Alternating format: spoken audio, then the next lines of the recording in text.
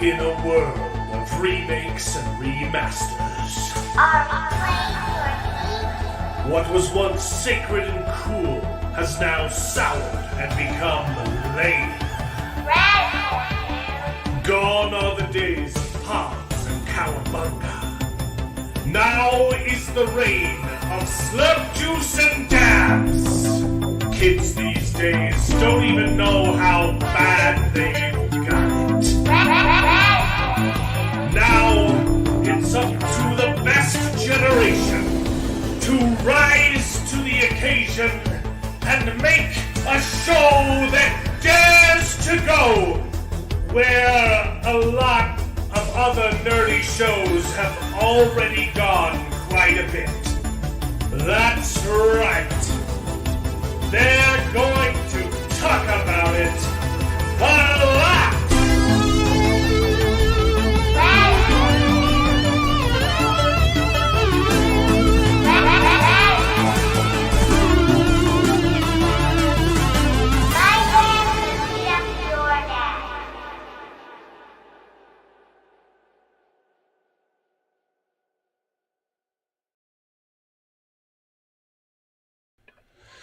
Hello, everyone, and welcome to the show. This is Best Gen, where nerds complain about nerdy things, and it's called Best Gen because we're from the same gen. We think it's the best, not because we're better than you, but our movies certainly were, so strap on in and prepare to wax nostalgia because we reminisce upon the days of yore, while simultaneously complaining about the utter filth that Hollywood keeps pumping out of its sledge pipes on a daily basis. How's everybody doing tonight?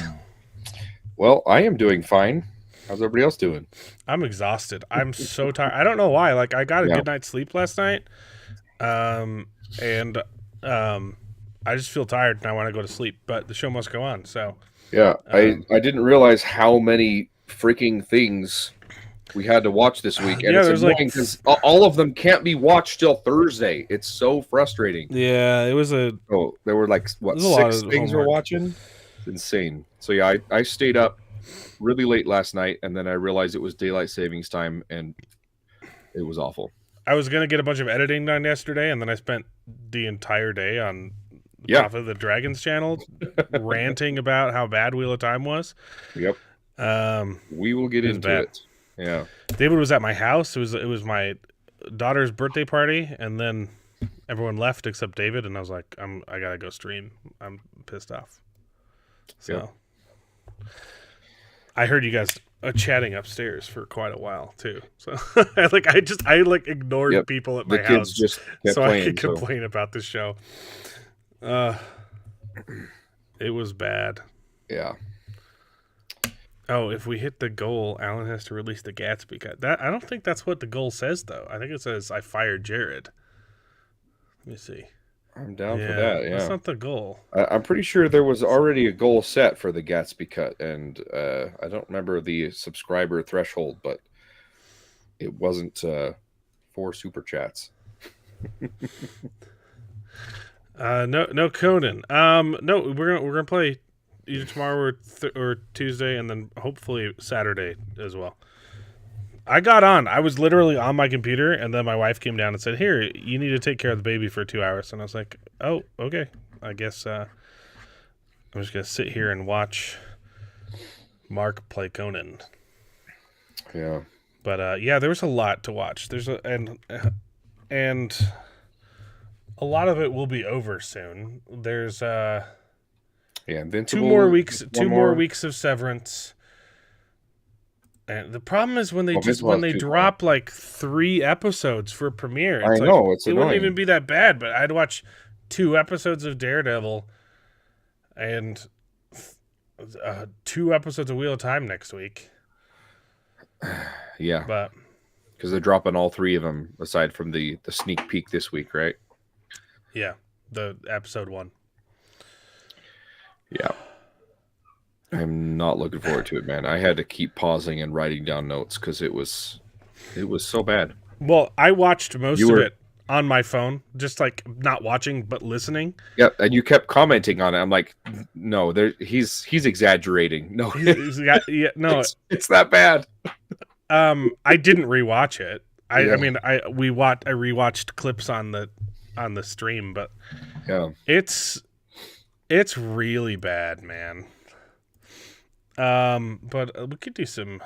Let's do some news. See if anyone else shows up. Sure. Oh, also, I followed up on some of the Angry Mex's reporting on the Oscar stuff. Yeah. He was not exaggerating about Emilia Perez, man. No, I saw the clip, man. That was pathetic. You saw the transition clip? Yeah. We might watch it on the show. We might watch it. It's bad. Yeah. Great. 3 episodes. We get 2 additional hours of Wheel of Time. Yeah. Mm-hmm. Yeah. Man, it was rough. Okay, let's do news first. Let's do news. So there's been some, I don't know if you call them leaks, but a bunch of people talking about the Superman movie from the inside, and apparently it's terrible. And I didn't know this, but they are currently doing reshoots. I didn't like this know movie's supposed to come out in a few months, and they are doing reshoots right now. That's pretty crazy. Presumably to fix the movie. If that's true, I mean, unless they're... Yeah, Nick, hopefully it means more content for the channel. Except that 2 years ago they demonetized my channel for 2 whole months. Yeah. For uploading Wheel of Time videos. And we'll try again this year. But they pretty much effectively silenced my criticism of season 2. Yeah. So it was very disheartening. I got actual copyright strikes, not just copyright claims. Like my channel was destroyed. It was pretty brutal. But because I didn't just delete the videos, I fought the claims and I won after 2 months of arbitration. I might have a little bit of immunity in regard to future to at least Amazon Prime specifically, to them, falsely claiming my videos, because I didn't get as much pushback on Rings of Power season 2 as I thought I was going to get. So I might have a little bit of immunity now because they falsely because a copyright strike is much more serious than a copyright claim, and they struck my channel falsely and lost. Yeah. So is it because oh gosh. Yeah, no, I was joking about that yesterday too. Like, I don't even understand why these companies bother buying the rights to the books. They're not faithful at all. There's a legitimate, and I'm not exaggerating, there is a legitimate argument to be made that these adaptations are fair use. Right. They're fan fiction. Yeah. Absolutely. That's the same reason you can make, Pride and Prejudice and Zombies, although that one might be in the public domain. I'm not sure. Yeah, I don't know on that. But yeah, I mean they make parodies and fan fiction rip-off films all the time, Yeah. If this wasn't called Wheel of Time, you wouldn't know. Yeah, they could have called it something else completely, and it would be a halfway decent show. You change nothing about the show except for everyone's names, right? Don't call it the White Tower. Change all of the names. It's literally unrecognizable. Yeah. There are some parallels in season 1, and that's it. And then it goes far off the rails. Yep.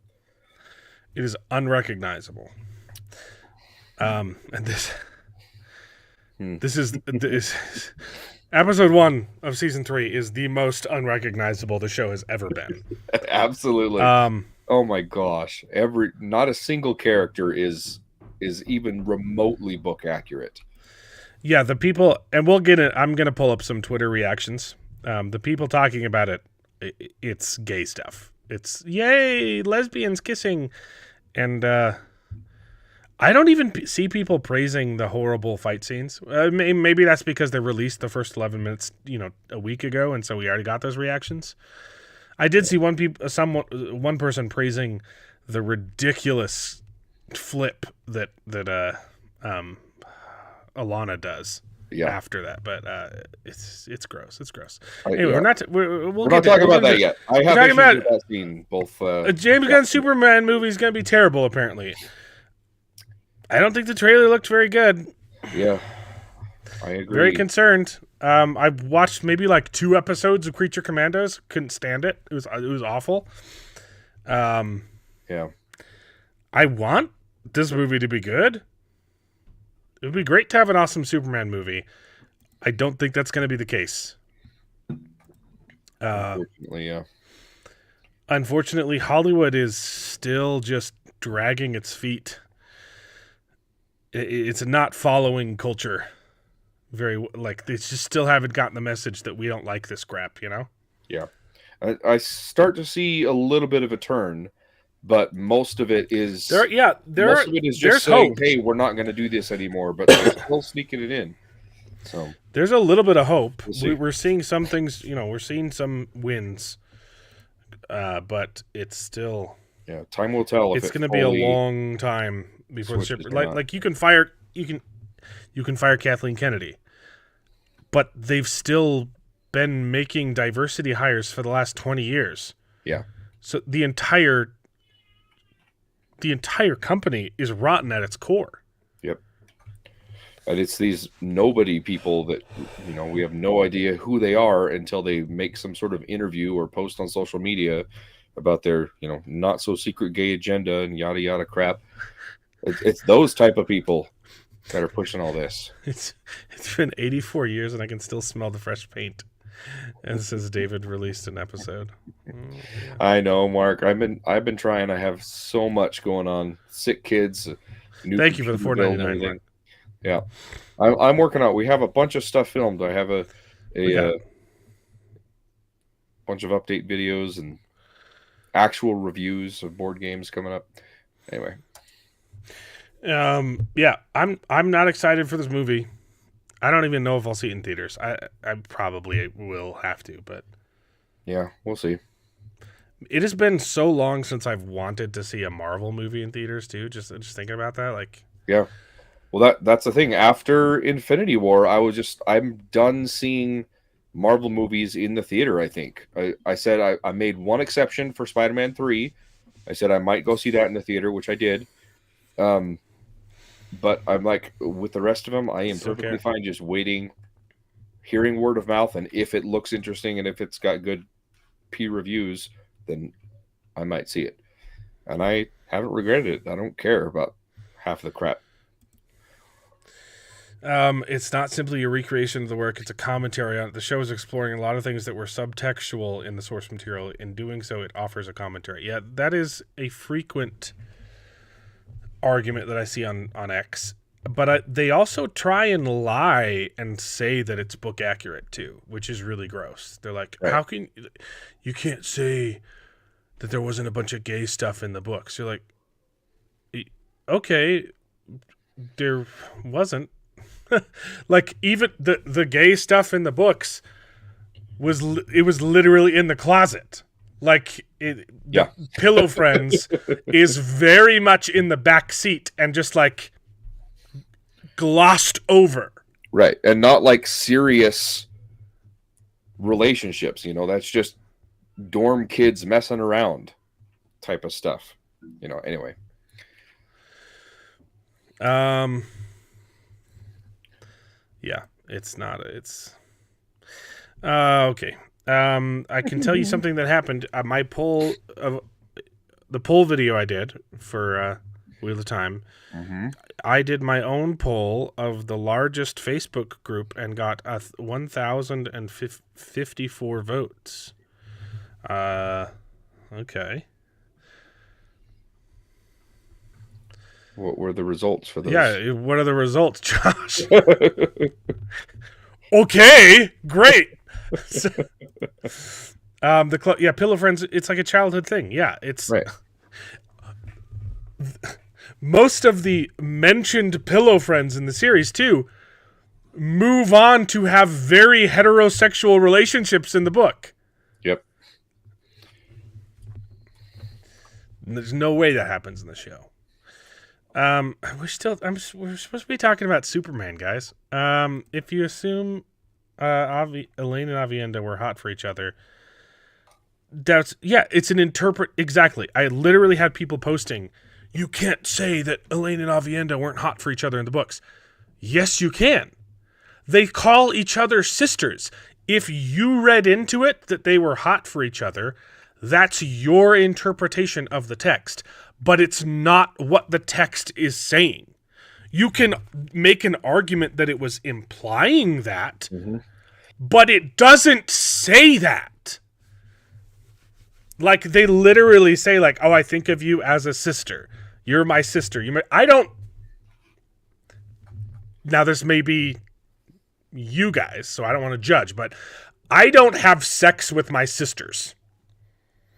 David, do you? Do you have sex with your sisters? Nope. Not me. It's projecting. Exactly. That's really exactly sad. What this is. We've talked about this ad nauseum on the show.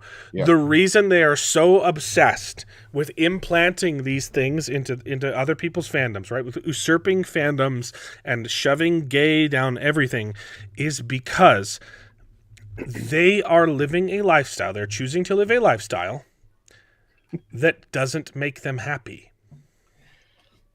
Yeah. It should, but it's not enough. And so they seek for validation, for happiness from outside sources. They are desperate for shows to put in this kind of stuff because it's like someone patting them on the back and saying, yes, it's okay, you made a good choice. Yep. And it's really you wouldn't need to do any of this if those actions by themselves gave you enough satisfaction. But wickedness never was happiness. Yep. And it's really sad. It'll never be enough. It's really sad that you can never have two friends in a movie or a story, two guy friends that aren't gay for each other. They can't what be best friends anymore. Ticks me off about Elaine and Avienda. They have an amazing friendship in the books. Yeah. And people are reading it. Oh, they're super gay for each other. You guys, you're just sick. You're just desperate for someone to say that what you're doing is okay. It's not. It's absolutely projecting. The admins screwed the results. Okay. They were hot for Rand, not the coach. Yeah. La Concha, the little shell. There are so many euphemisms in Spanish that we don't have in English that I just yearn for. Like, everything is a euphemism for genitalia, and I'm you don't get that. You get a little bit of it in English, but Yeah. We in English we mostly just have a whole bunch of different words for genitalia, but it's not like other things that also mean, right? Like pecker, like that's not a thing in and of itself. But in Spanish you get shell, and that all papaya, and that also means the other thing. Little bird. Yeah. means pee-pee. Okay, you want to know a really funny dirty joke in Spanish? What's the what's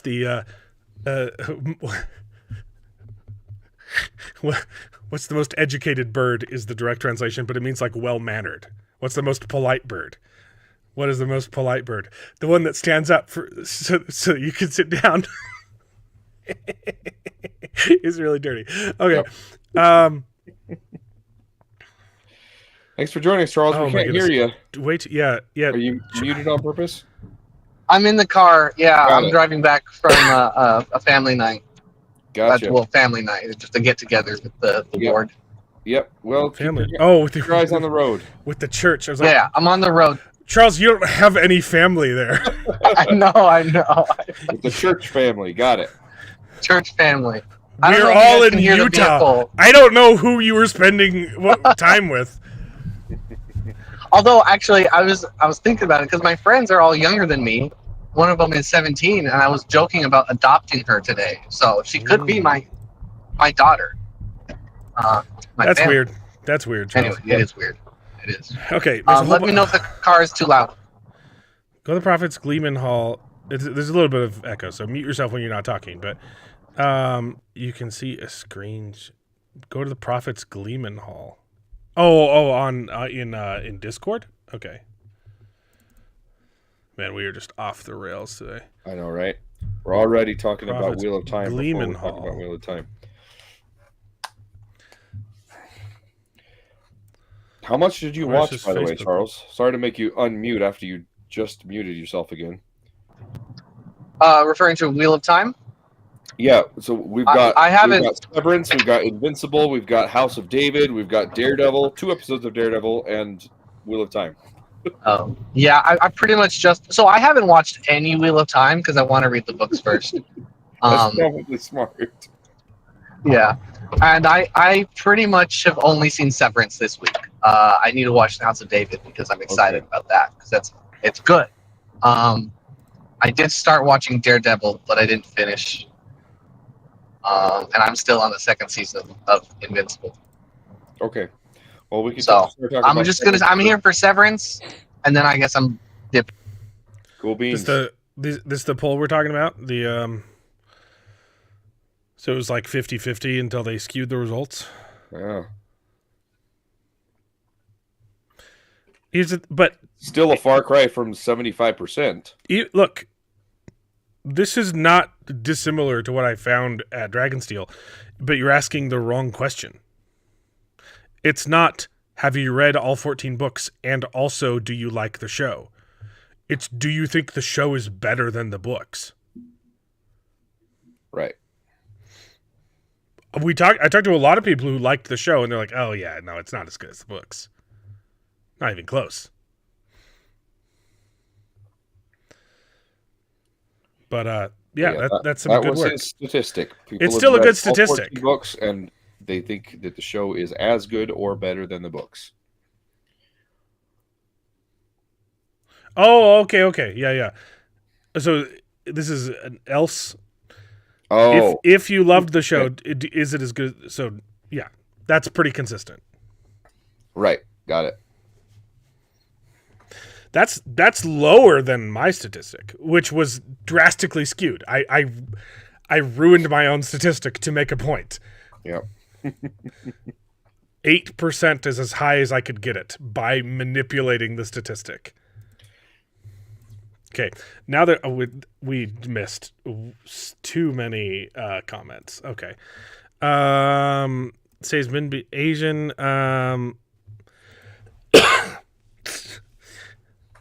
Look, Sydney Sweeney's great. I think she'd be a horrible Min. Who could you cast Sydney Sweeney at? Sydney Sweeney? No, she's too young to be like a Barrelane. I don't know. Maybe she could be Barrelane. I think she could pull off a Barrelane. She could be Barrelane. Yeah. And then you could put her in the skimpiest outfits you want. That'd be great. You know?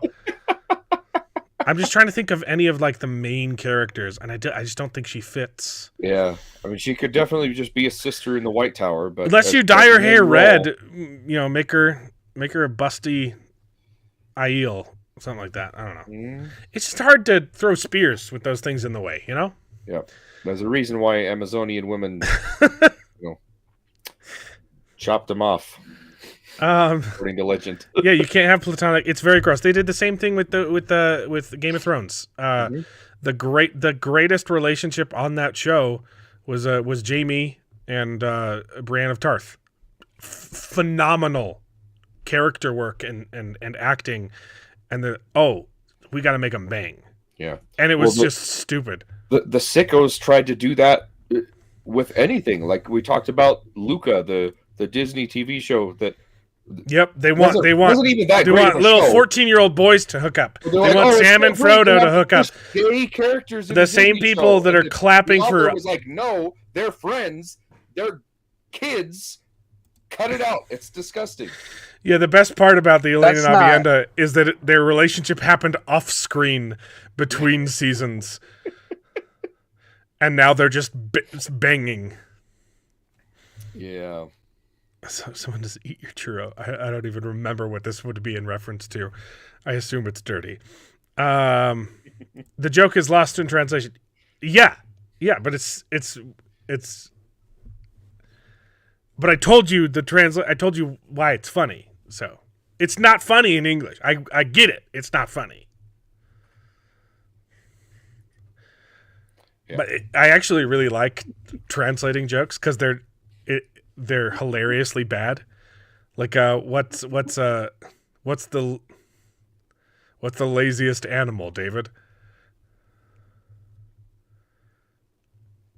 Oh, I don't know what David's doing. Okay, we'll get back to that one. How isn't Charles? Is that a sloth? Right, how isn't Charles like 12? Because he's not. Because we're in our 30s. How old are you, Charles? Are you 22? I'm 23. 23. 23. Well, I think Mom got immediately pregnant with David. Yeah, there's 10 years between Charles and I. We're 10 years apart. And then we're a whole decade. I'm the sixth. I'm the seventh if you include the miscarriage. But I'm the sixth kid. Sure. Yeah. Charles hasn't even watched Homestar Runner. So, like, there What's are Homestar Runner? That hurts so much. That it really. Oh. Is that a classic movie because I've seen a lot of classic movies. Shut up. I was making a point, and I didn't realize how much it was going to hurt my soul. The point of the story is that there are just references. There are entire experiences, lived experiences that you'll just never understand. Homestar Runner was a website before YouTube existed that had a bunch of funny shorts. It's hilarious, and Elliot is watching Homestar Runner now. He loves it. It's so good. Is it still up? Discord. Yeah. The website is still okay. Yeah, but they have also put most things on YouTube. So, okay. You've been waiting days to tell me. 2%. Yes. Okay. I got it. Thanks. That was a good poll. Good job. Look at the last question. Did I skip? I already closed it. Shoot.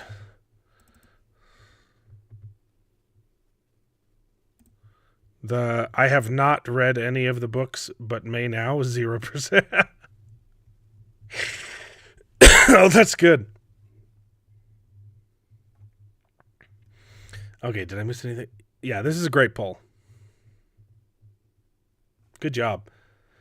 You'll have to tell me how it was skewed by the admins. I'm curious about that one.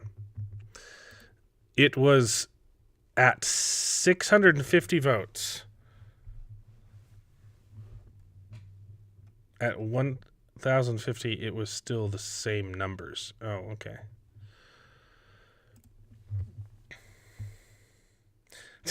Yeah. Will Bearlane just be a high up Lady of Tyr?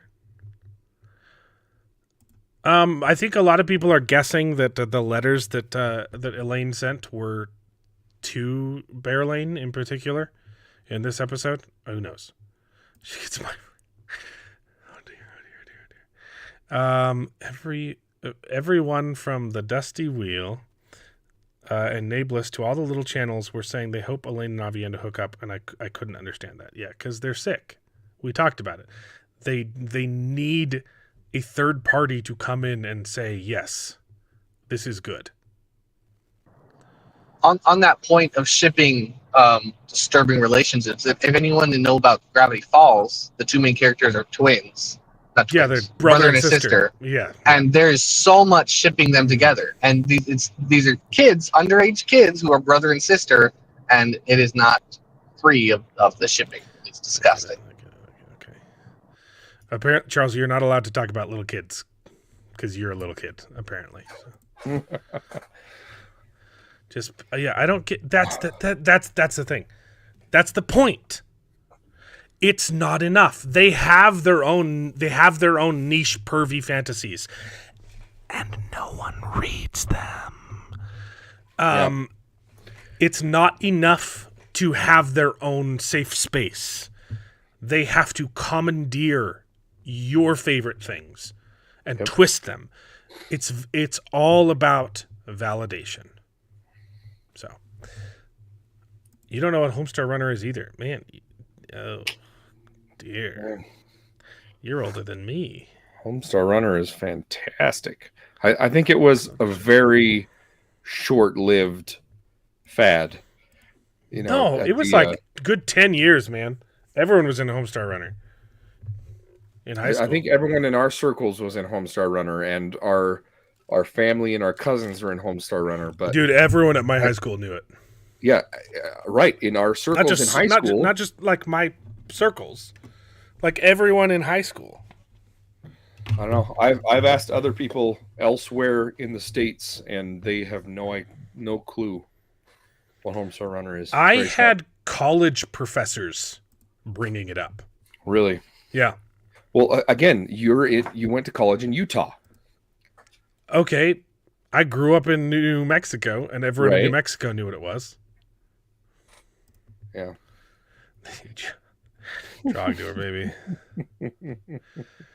Homestar Runner is hilarious. Yeah. And if you don't know, the creators of that show briefly had a Disney Channel show. Yeah. Called Two More Eggs. It's better. It's even funnier. They had 2 seasons, and it's the filler show that would go in between shows. If like an episode didn't fill up the 30-minute time slot, they'd have like a 1 or 2 minute short they could play. It's hilarious. It's an LDS thing? I don't think so. I mean, I introduced it to all of my LDS friends, and so maybe we turned it into an LDS thing, but like I've seen it I've seen a lot of people outside of the Latter-day Saint community talking about Homestar Runner. Yeah, everyone in New Hampshire. David's just dumb. Yeah. David doesn't know what he's talking about. Oh, David. Okay, my favorite thing to do. Nobody in Arkansas, nobody in Tennessee, nobody in California knew anything about Homestar Runner. My favorite thing to do is translate jokes because I think it's hilarious and they're not funny at all. So here's a Spanish joke for you. What is the laziest animal? The little bird. Nope. The fish, because it does nothing all day. Mm-hmm. That's the joke. Charles, because he Portuguese. It's because swim, the verb to swim is nadar. Nada means to swim, and it also means nothing. It's great. It's a great joke. Nada. They do nothing all day. They swim. It's a joke, baby. I'm gonna steal that. Tell that to my fiance. That's a good one. Nice. I would have assumed it was sloth because in Portuguese, sloth is the same word as lazy. Like it's just the word lazy, like geese. Well, Charles. I guess that's slothful. Yeah, I get it. In English, it's a similar thing. You're so stupid. It's sloth means lazy in English too. So dumb. Because of the animal. So dumb. It's one of the 7 deadly sins, you moron. Okay, back to news. I realized when I said it. I realized as I said it. For a long time, Neil Druckmann has been pushing for The Last of Us Part 3. Yeah. Like teasing it on Twitter. Now it's not happening. So, I thought everyone loved the second part. Yeah, that's what I keep you're going to make a part 2. On the interwebs, except for from every single person from its inception. Yeah, this is the first tune change in 10 years. Everybody hated The Last of Us Part 2 until The Last of Us TV show. And then everybody's like, oh, I can't wait for them to do The Last of Us Part 2. That was the best thing since sliced bread. I'm like, what is that? What are you talking about? Nope. Okay, Oscars. Zoe Saldana apologized Yeah. After so many Mexicans felt offended by Amelia Perez. That was never our intention. Well, I mean, you didn't really try to not offend Mexicans. Yeah. But You sent me this. the reason why I think I'd sent you that one. Yeah. She's still failing to understand the reason why people were offended was not because it was set in Mexico and had a Mexican cartel. We spoke from a place It was of love. because the boss. I don't share your opinion. Cartel, I don't share. You don't. yeah. I don't share your opinion that the movie was offensive. I'm sorry that you got offended. I'm sorry that you got offended, guys. Yeah. Oh my gosh, that's not an apology. Is Amelia Perez in Wheel of Time? They're doing a musical episode. It might be. We might get the penis vagina song. Oh boy. For me, the heart of the movie was not Mexico. That's the problem! We were making a film about friendship, and we were making a film about 4 women, and you decided to pander to Mexicans without about 3 doing women. any of the work. Making a film about 3 women and 1 pretending. Oh, sorry. You're right. Making a film about 3 women. Yeah. But see, that's the hilarious part is she doesn't even understand that that's the reason why everyone was offended by the film. It's not because it was set in Mexico. It's because of all the transgender crap in it. Yeah. Do you think Mexico It's so would good. allow a transgender cartel boss? Like, no. David, if you were in the cartel and you came out as trans, they would be so supportive. They would give you a free transition. That's what this show is espousing. Yeah, for sure. Mm-hmm.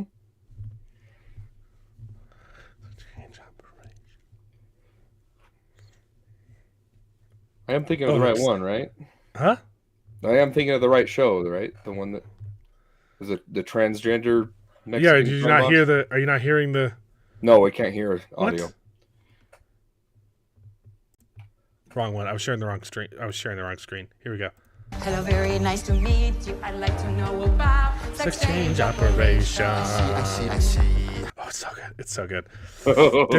This movie won a freaking Oscar. This movie won 2 Oscars, guys. Men to woman, a woman to man, penis to vagina. from penis to vagina. It's so good.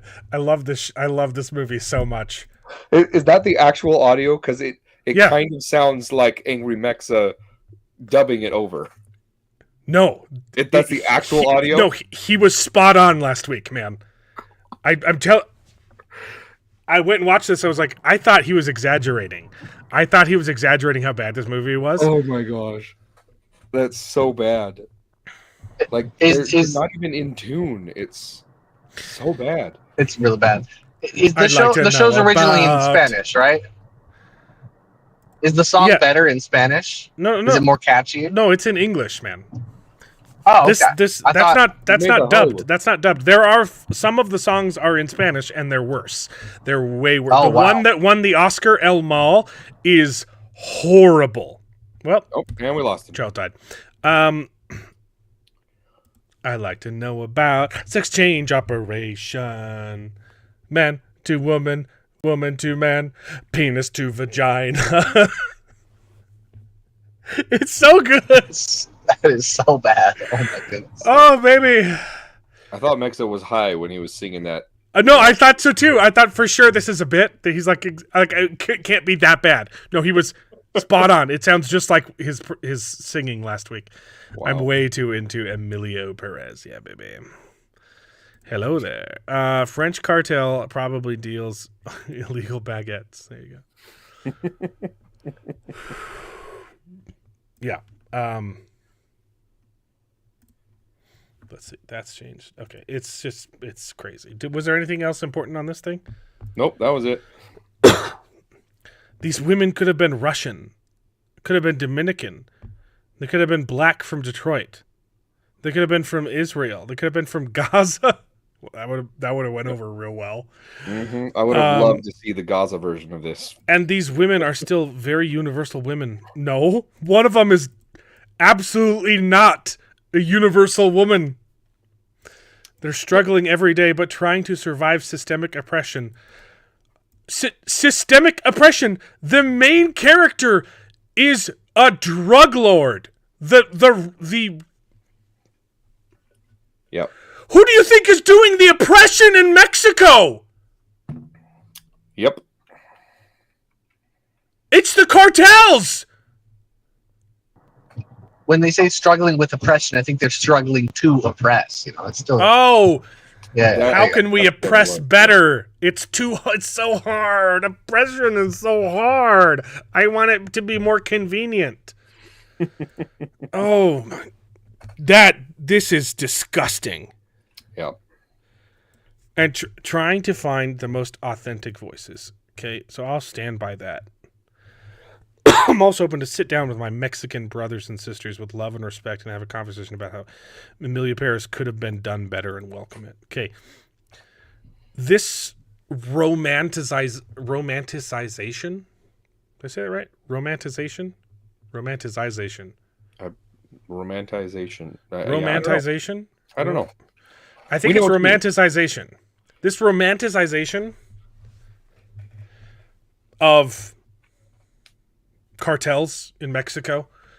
It's not just this movie. It's a thing that keeps happening. Yeah. In media, news, and stuff. It's really gross. It's really gross. You have not been to Mexico. You don't know how bad it is. And I fortunately, I was only there for 2 years. I loved Mexico, okay? I will never take my family there. Ever. The things that I saw in Mexico were horrific. Okay? The cartel took the city of Guadalajara hostage while I was there. They were blowing up buses because their leader got arrested, and they're saying while he is still in jail, we are going to continue blowing up buses with people still inside them. I was walking down the street, saw a bus in flames, and saw the bus driver, his charred corpse, still gripping the wheel of the bus. It smelled horrible. Wow. The explosion was so fast and so strong, they were instantly incinerated. Okay? Mother's Day. This one I didn't see this one, but we got told to stay inside. Corwin saw this one. This was like just a couple miles away from me. They beheaded 10 women and strung their bodies up in the town square. Oh my gosh. The cartel is horrific. It's not, you have no idea how bad it is. Thanks to Trump, though, they're official terrorists now. So because they are terrorists. They've been terrorists this whole time. They've been terrorists, but they're officially classified as terrorists now, and we can retaliate against them. I think that's great news. But these are sick, horrible people. There wasn't even a reason for that. It was just Mother's Day. So they beheaded 10 women and hung them in the town square. Dang. You know you liked it. Penis to vagina. They used to do it with the mafia. The mafia was bad. They are not as bad as the cartel. They like the things the cartel does are way. Mafia's bad. They did horrible things. I don't like the romanticization of mafia either. Okay, it's a good comparison. But Hollywood, that's the thing. Hollywood does not care about good. They don't believe that good and evil exist. Yeah. They don't care about morality. You should be in bed. Were you streaming again? I saw you streamed again. Was it Saturday night or this morning? I saw another 4-hour stream about the episode because Pips wanted to join in. You're crazy, Steve. Yep. Yeah, they're horrible. Probably demonetize the stream, and I don't care. They're not being their authentic selves. They're not living as women. That's the problem. That's the true problem. If they would just live their authentic selves, there would be far less beheadings in the street. Yeah, when Trump said they're not sending their best, he's talking about cartel stuff, guys. The cartels and the coyotes, yeah. They're using illegal immigration to sex traffic little kids. Okay? Yeah. To work.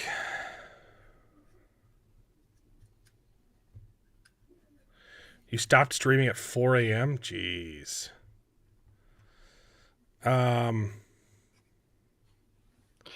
Did I not bring up your second super chat? Oh. Nope. In fact, you blatantly talking for too ignored long. it and sang his super chat right after that. $4.99. I will have a child and give it to you if we ever hear. If we ever hear that song again, I get a free kid. Is that what you're saying? Is that supposed to be a threat, Mark? If we never hear the song again. Oh.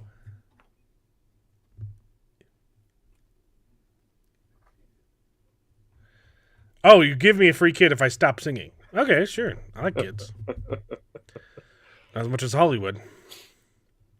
Yep. Sorry, I missed that. There was... I was kind of ranting. Anyway,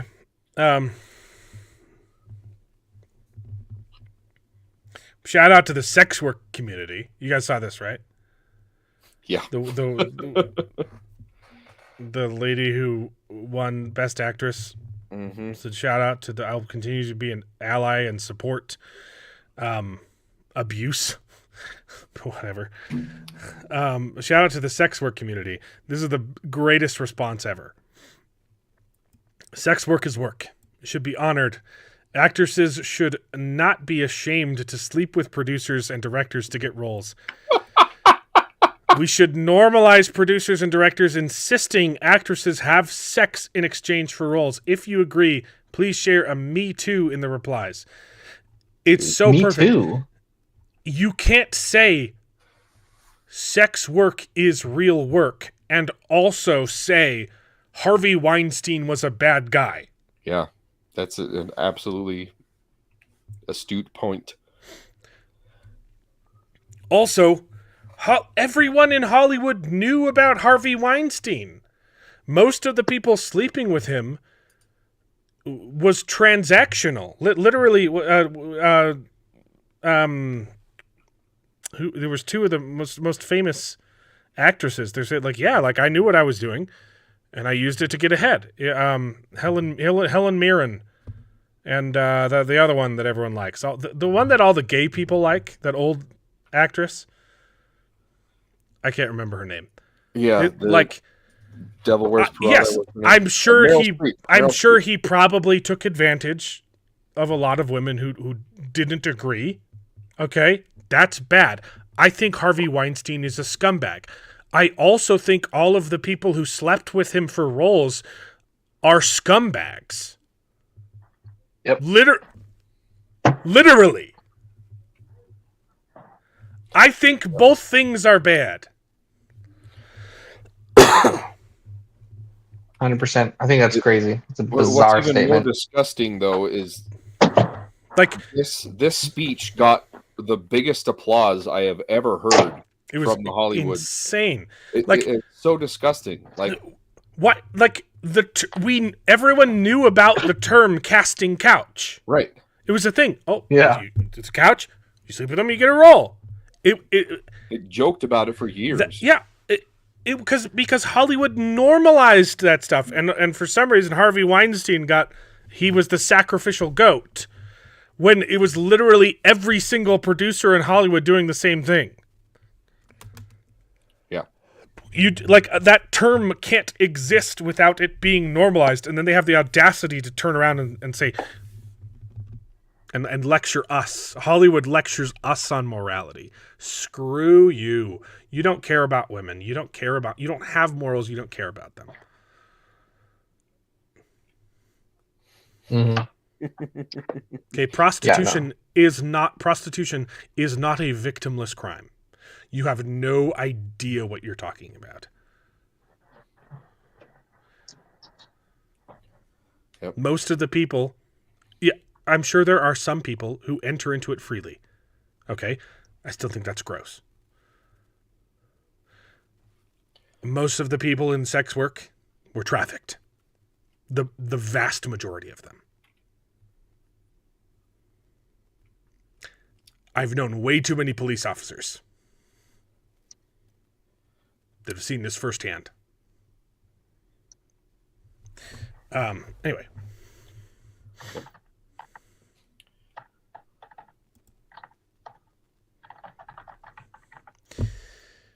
Yeah.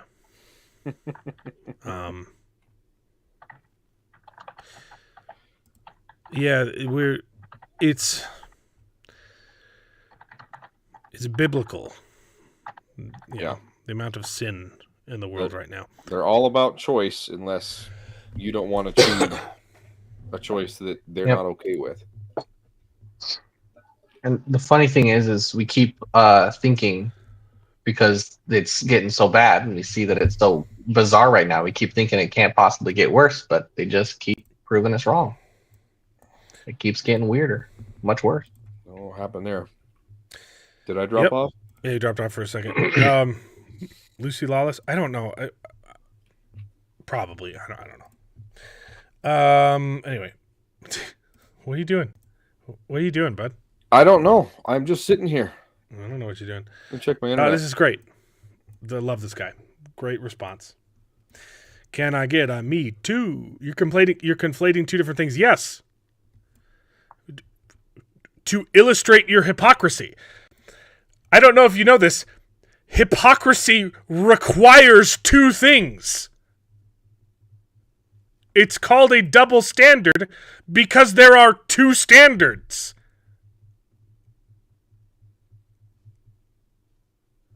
That's kind of the point, my guy. Anyway, is this satire? Great. Wheel of Time sucks. The rest of these are all Wheel of Time. So we could come back to these when we talk about Wheel of Time, maybe? David's muted. There. I am. Oh, sorry. Got it. I unmuted you, and then you unmuted yourself you muted yourself. Because I unmuted you. Anyway, yeah, we can come back to the Wheel of Time when we talk about it. Charles, what have you watched so we can talk about that? Because you haven't watched Wheel of Time. Pretty much just Severance. Just Severance? Yeah. Not a lot to talk about this episode. Because it was not a bottle episode. It was a vignette episode with Harmony Cobell.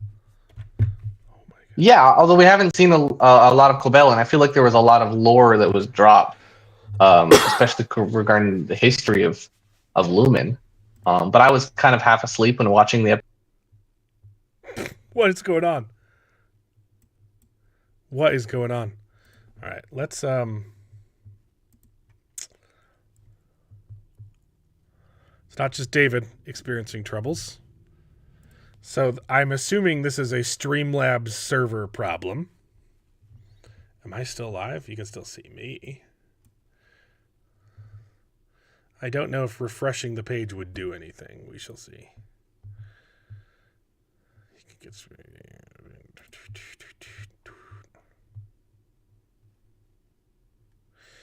Mark Clark finally caught up. I think Bert is an insider of Lumen, like an innie, maybe. You were just talking about how bored you were, and then you quit. But it's not just David having problems. So that was unrelated. I don't think David had the same issues. Hey, old Justin Hancock. It's good to see you in chat. Sorry, my kids are cleaning the downstairs, and they keep bumping the Wi-Fi router and pulling the cord out. There's an annoying buzz going on right now. I think it's coming from Charles. Is it? Yeah, you're buzzing pretty bad. Weird. There you go. That's better. Whatever you did just fixed it. That's better. I just Yep. put the microphone further away.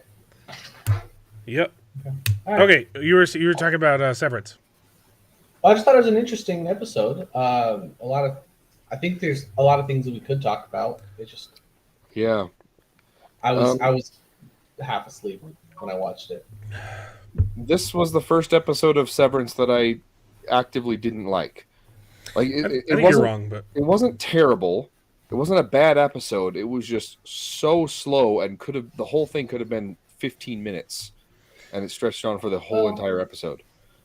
it was definitely stretched out for sure. There were a few things that we learned, which was nice. There were a lot of Easter eggs in some of the rooms and stuff about Lumen and things. But seriously, the only thing we learned is she went back to go get something, and we learned that she developed a lot of these technologies that Lumen is using. That's it. Back to get the That's the only thing that happened this entire episode. Yeah, I don't think I didn't hate this episode, but I don't think it justified its existence. Right. I think its biggest addition is showing like the best argument for this episode is showing Lumen's prevalence outside of the business, right? Like seeing how it can create towns, it can it's got power outside, and regular people who don't work for Lumen can be just as religious about Egan and that kind of stuff, which is wild. It's very interesting to see, but you're absolutely right. Like, this episode dragged its feet to get to the point, and it was a little bit frustrating. Yeah. It had some really good emotional stuff in there. It was just, sniffing ether. Yeah. Yeah. But my favorite part about this episode was some of the Easter eggs that you saw in the house, especially in her mother's room. I think it was. Maybe it might have been in her room. It might have been in her room first, or in her sister's room. Her room was empty, and there was her sister's room in there. Her mother's room didn't have much. Yeah. So on the top of the shelf, you had little paper mache doll heads of all the four tempers again, right? And then we also have on the surface of the desk, there's a whole bunch of like tarot card size things, and I think they're the 9. I forget what they call them, values or virtues or something. Kind of like the 7. I don't know. The 7 virtues and the 7 deadly sins, right? But they have 4 tempers, which are negative emotions that need to be suppressed or overcome. And then they mentioned 9 values. In the recap, she did her prayer or whatever, like instill in me the values 9 or something like that. And then on the table there was like little tarot cards type of things of the different values, and one of them was like benevolence, and one was I forget them all, but it didn't show all of them. Mm-hmm. I think maybe the other thing that affects this episode is the fact that it comes after last week's episode, where you're like, okay, we're finally we're reintegrated. Let's go, and then it's one of the slowest episodes of the season. Which that's exactly what happened. That happened to the previous time when he first starts with the reintegration. I'm like, all right, now we're getting somewhere. and then we get the excursion thing, and you're like, yeah, but that one was really fun. That one was really fun though, and the way that episode ends, you're like, oh baby, let's go. Yeah, good. And then this one ramps up like it's gonna be really cool, and it does. It gets me going. Like the ex-lover or friend or whatever, he's like, come tame these tempers. Or like, I was like, oh, that's good. And then but we just don't get to see anything. Like, yeah, it's I completely understand the frustration. I know a lot of people are dragging on the show. Like, before we even started, someone said Severance is one of the most overrated shows I've ever seen. It's cringe levels of writing, like Rick and Morty. It's garbage. I can understand someone's disappointment, but I think that's too much. Like, this isn't. Yeah. When you have shows like The Wheel of Time, Severance is not cringe writing. If it's not for you, that's fine, right? Yeah. But you like I feel like it's disingenuous to say that it's bad writing.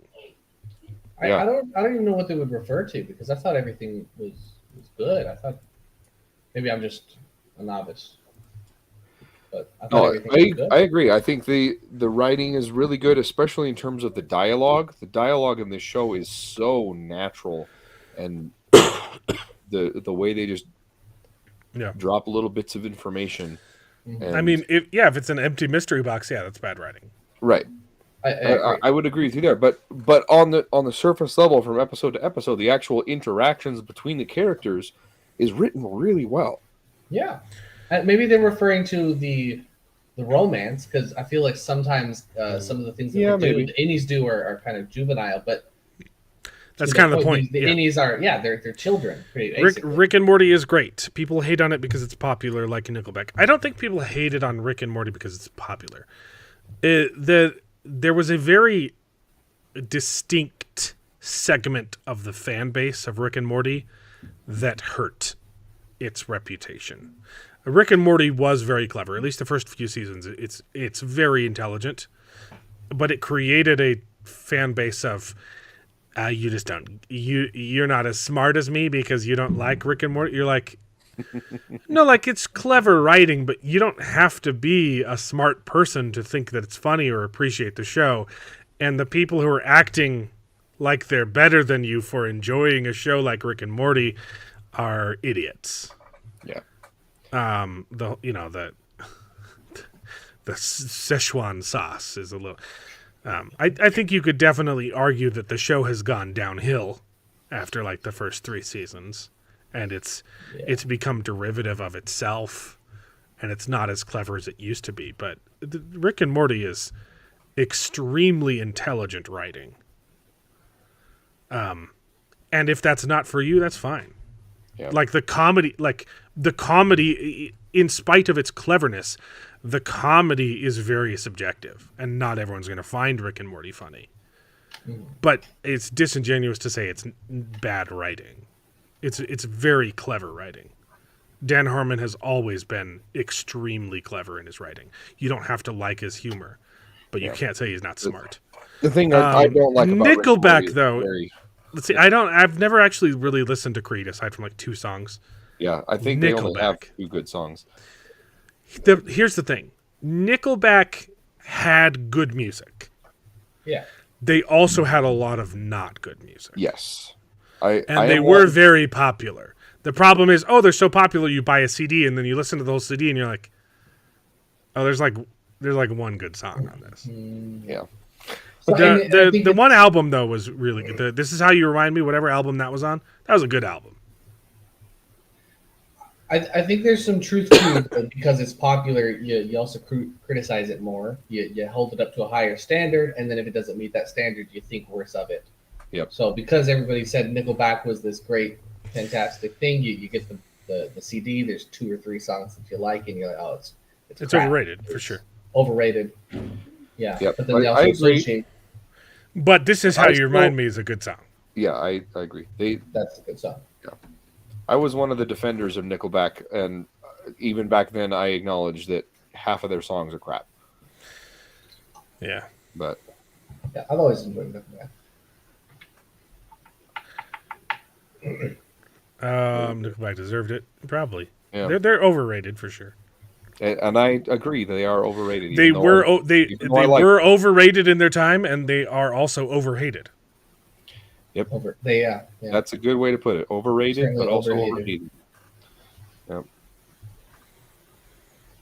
For current day Rick and Morty, yeah. Yeah. It's all right. Creed is good. What's the famous Creed song? I know it's The Sound of Silence. that's a cover, David, and that's Disturbed, Well, not Creed. I mean, I can't. wouldn't know. He needs time out for a second. Okay, he can go back.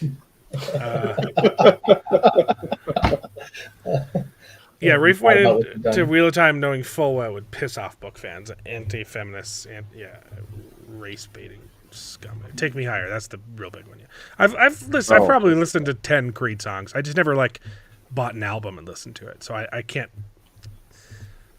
contribute to that. Arms part Wide of your Open. statement. That's their other. Arms wide open. That's a good song. Yeah. Can you take my arms off? No, that's different.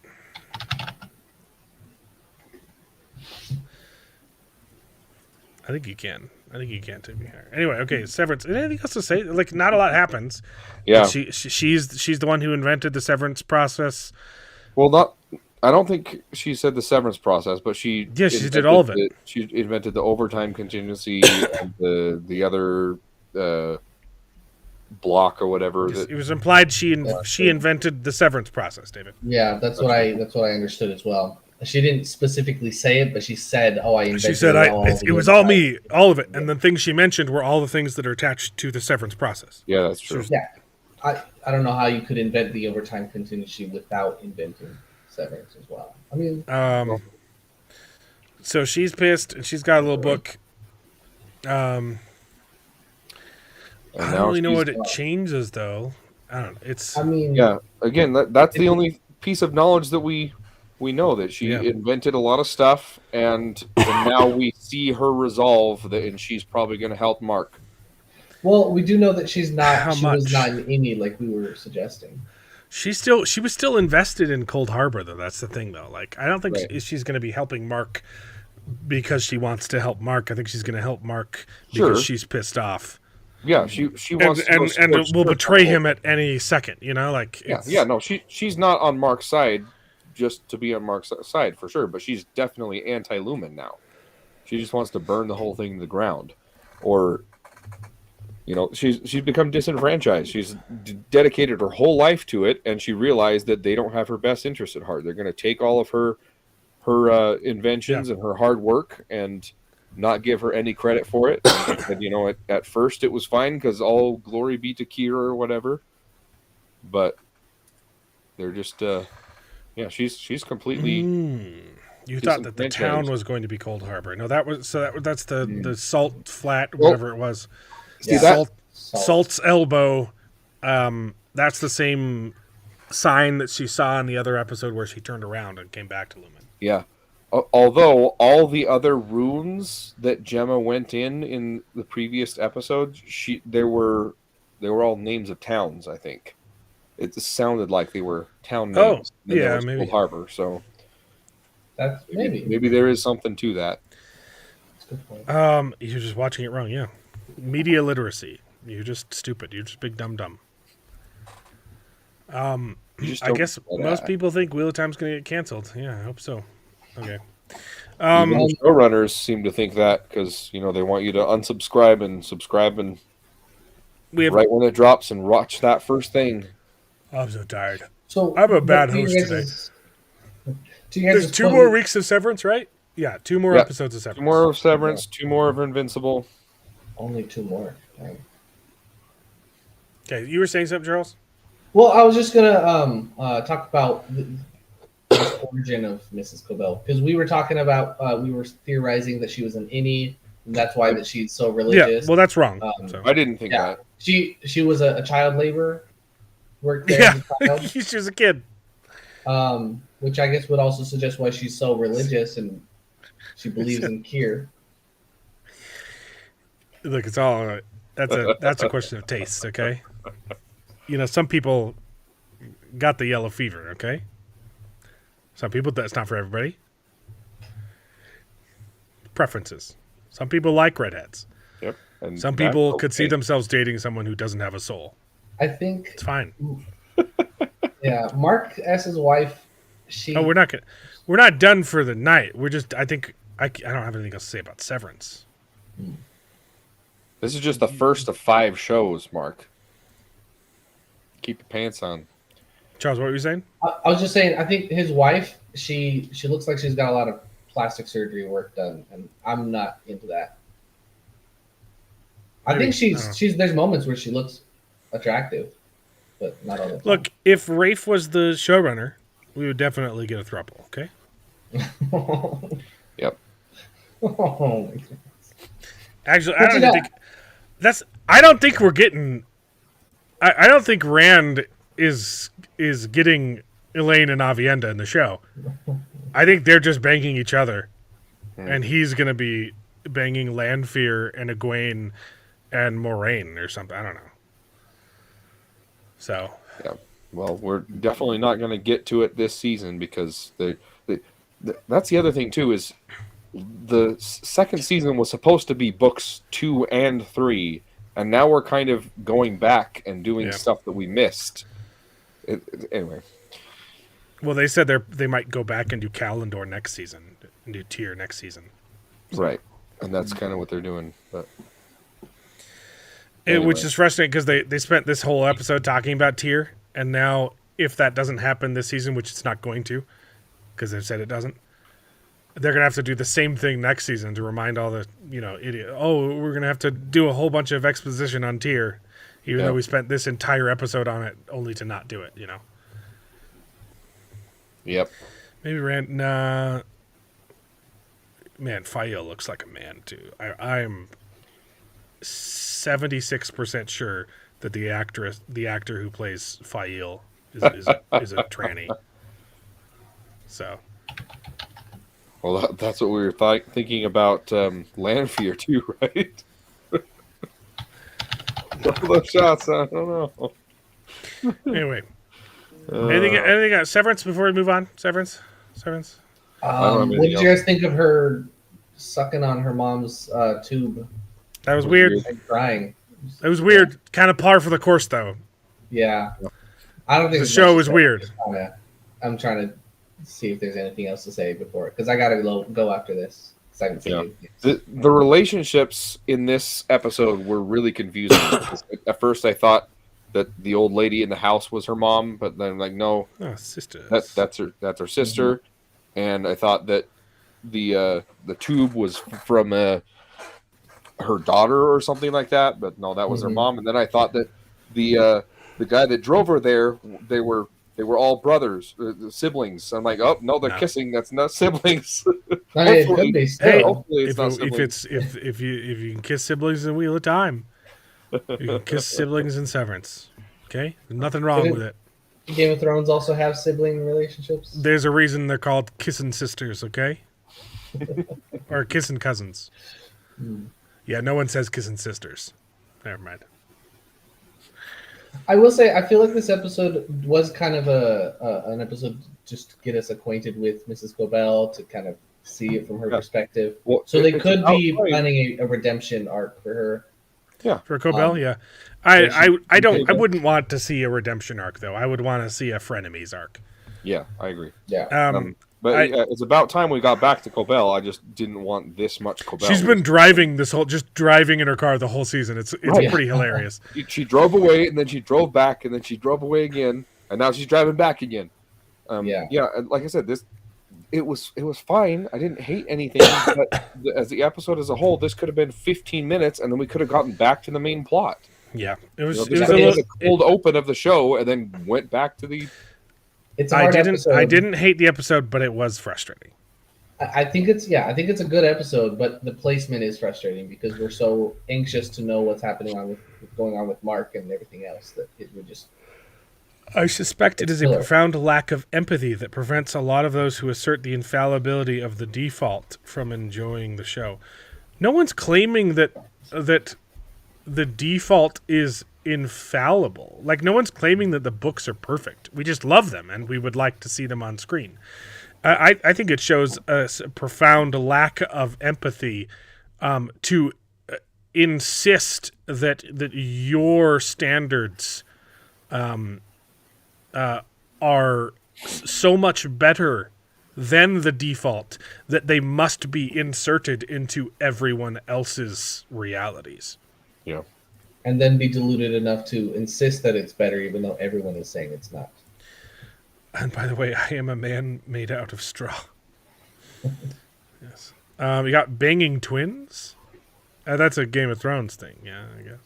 Banging twins and kissing cousins. Is that's what it is? Okay. Banging twins. Get that in. Mark Clark for $1.99. Never kiss David or Charlie. I've kissed Charles when he was a baby. Not anymore. I don't remember it. Well, because you were a baby.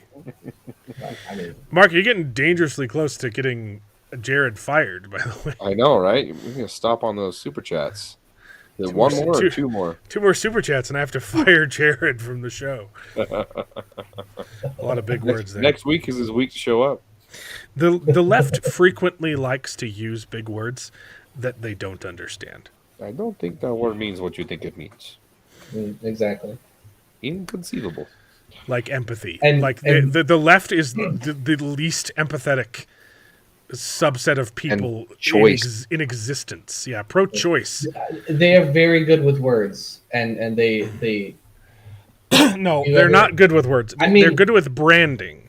they're good Right. with branding, and they're good with Because they using will words shame and- you into thinking that you can't. There's the alternative is shameful, right? They're not good with words. No, I mean that they know how to use the words to their advantage. Like they'll Sure. call something like Black Lives But Matter. they and- don't know what those words sounds actually good. mean. Yes. Sure, and then they'll use euphemisms like instead of illegal aliens, they'll do undocumented Americans, and they know how to kind of No one So- said there weren't problems with the books, but changing things from it changes the ability to interrogate them. Yeah. Right. If it's not important, then why is it so important that you're changing it? Right. Why is it so important for you to change it? Sorry, I said that wrong. it's supposed to be an adaptation. It's not supposed to be a separate story. You're Charles. You haven't watched House of David, have you? I did not watch the recent episode, Dude, it's so good, so good. but I did well- read the book. So I think we got to transition into Wheel of Time from here because everyone's Yep. Everyone's asking us. chomping at We've the already talked about it as a thing. yeah. I Anything hate else it. on Severance? Nothing happened. There's nothing to talk about, unfortunately. And then I gotta bounce. All right. Okay, see ya. All right. Bye, bro. See ya. next week. Wheel of Time was awful. Yes. Awful, absolutely. awful. It makes absolutely no sense. It's Absolutely. it's impossible Plot. to have conversations in good faith. I've tried way too many times. They will not argue with you. They won't have a discussion with you because it is physically impossible for them to back up their positions with logic. The left is tenably illogical. Yep. And so it's impossible for them to have these discussions. They always resort to ad hominem or changing the goalpost or just like, oh, you're a racist, and just like Or a straw man it's argument that impossible. doesn't. I keep trying. It never works. Yeah. It's tough. I'm really losing my voice here. All right. So let's get into Wheel of Time. It sucks. Moving on. So House of Okay. David. So House of David, yeah. No, okay. So no. So it makes no sense that that Leandrin is back in the tower already. yeah, They were supposed to have left the tower and stolen all these artifacts, right? The Angreals, right. Which On is the what way happens out. in this episode. Sure. right. But that was supposed to happen when they Yes. left Yes, to you're correct. meet the Sanshan, right? Ding, ding, ding, ding, ding. Yes, David. So it makes no sense that they appear back here, that she Right. would show her face in public, that they just wanted a big wow scene. That's Yes. the only reason they did it. It's going to make a whole lot more sense. All of the plot holes in this episode are going to make a whole lot more sense once you realize the first 11 minutes is reshoots. The fight scene, Amazon saw this and said, this is garbage and boring. Can we start with a bang? And Rafe said, okay, we'll put in a fight scene. Yeah. Because none of this makes sense. Yeah. None of this episode makes any sense. We were giving them a huge benefit of the doubt to when we saw the first 11 minutes are this scene, but we'd also seen teasers and stuff in the trailer that just wasn't adding up. We're like, okay, so in order for this episode to make any sense, you're going to start with the 11 minutes and then you're going to do like a week earlier. You're going to do and then the rest of the episode is going to be a flashback that ends with leading up to this showdown. Yeah. it doesn't. Everything in this episode happens after that, and it makes no freaking sense. Yeah. Because it was tacked on. Yes. And it definitely shows the CGI especially. And so, okay, before we get into the negatives, there are two positives that I have. It's not headcanon. It's canon. Yeah. You're defending canon. They are defending headcanon. Okay, go on. Yes, exactly. So one thing, the channeling looks good visually. I don't like the acting channeling. Sure. But the actual it looks fine. I don't hate it. Yes, just of the channeling of the weaving, that looks good. Yeah. My other positive, I liked Matt talking in the old tongue. I thought that was done really well. Yeah, it was good. Okay, now let's get on to the negatives. You want to know what my favorite part was? My favorite part of the episode was the bubble of evil. I was like, yeah, and then we're getting a bubble of evil. Oh, that wasn't a bubble of evil. That was Moraine. That was Moraine telling Lanfear it's okay to try and kill these kids. Yeah.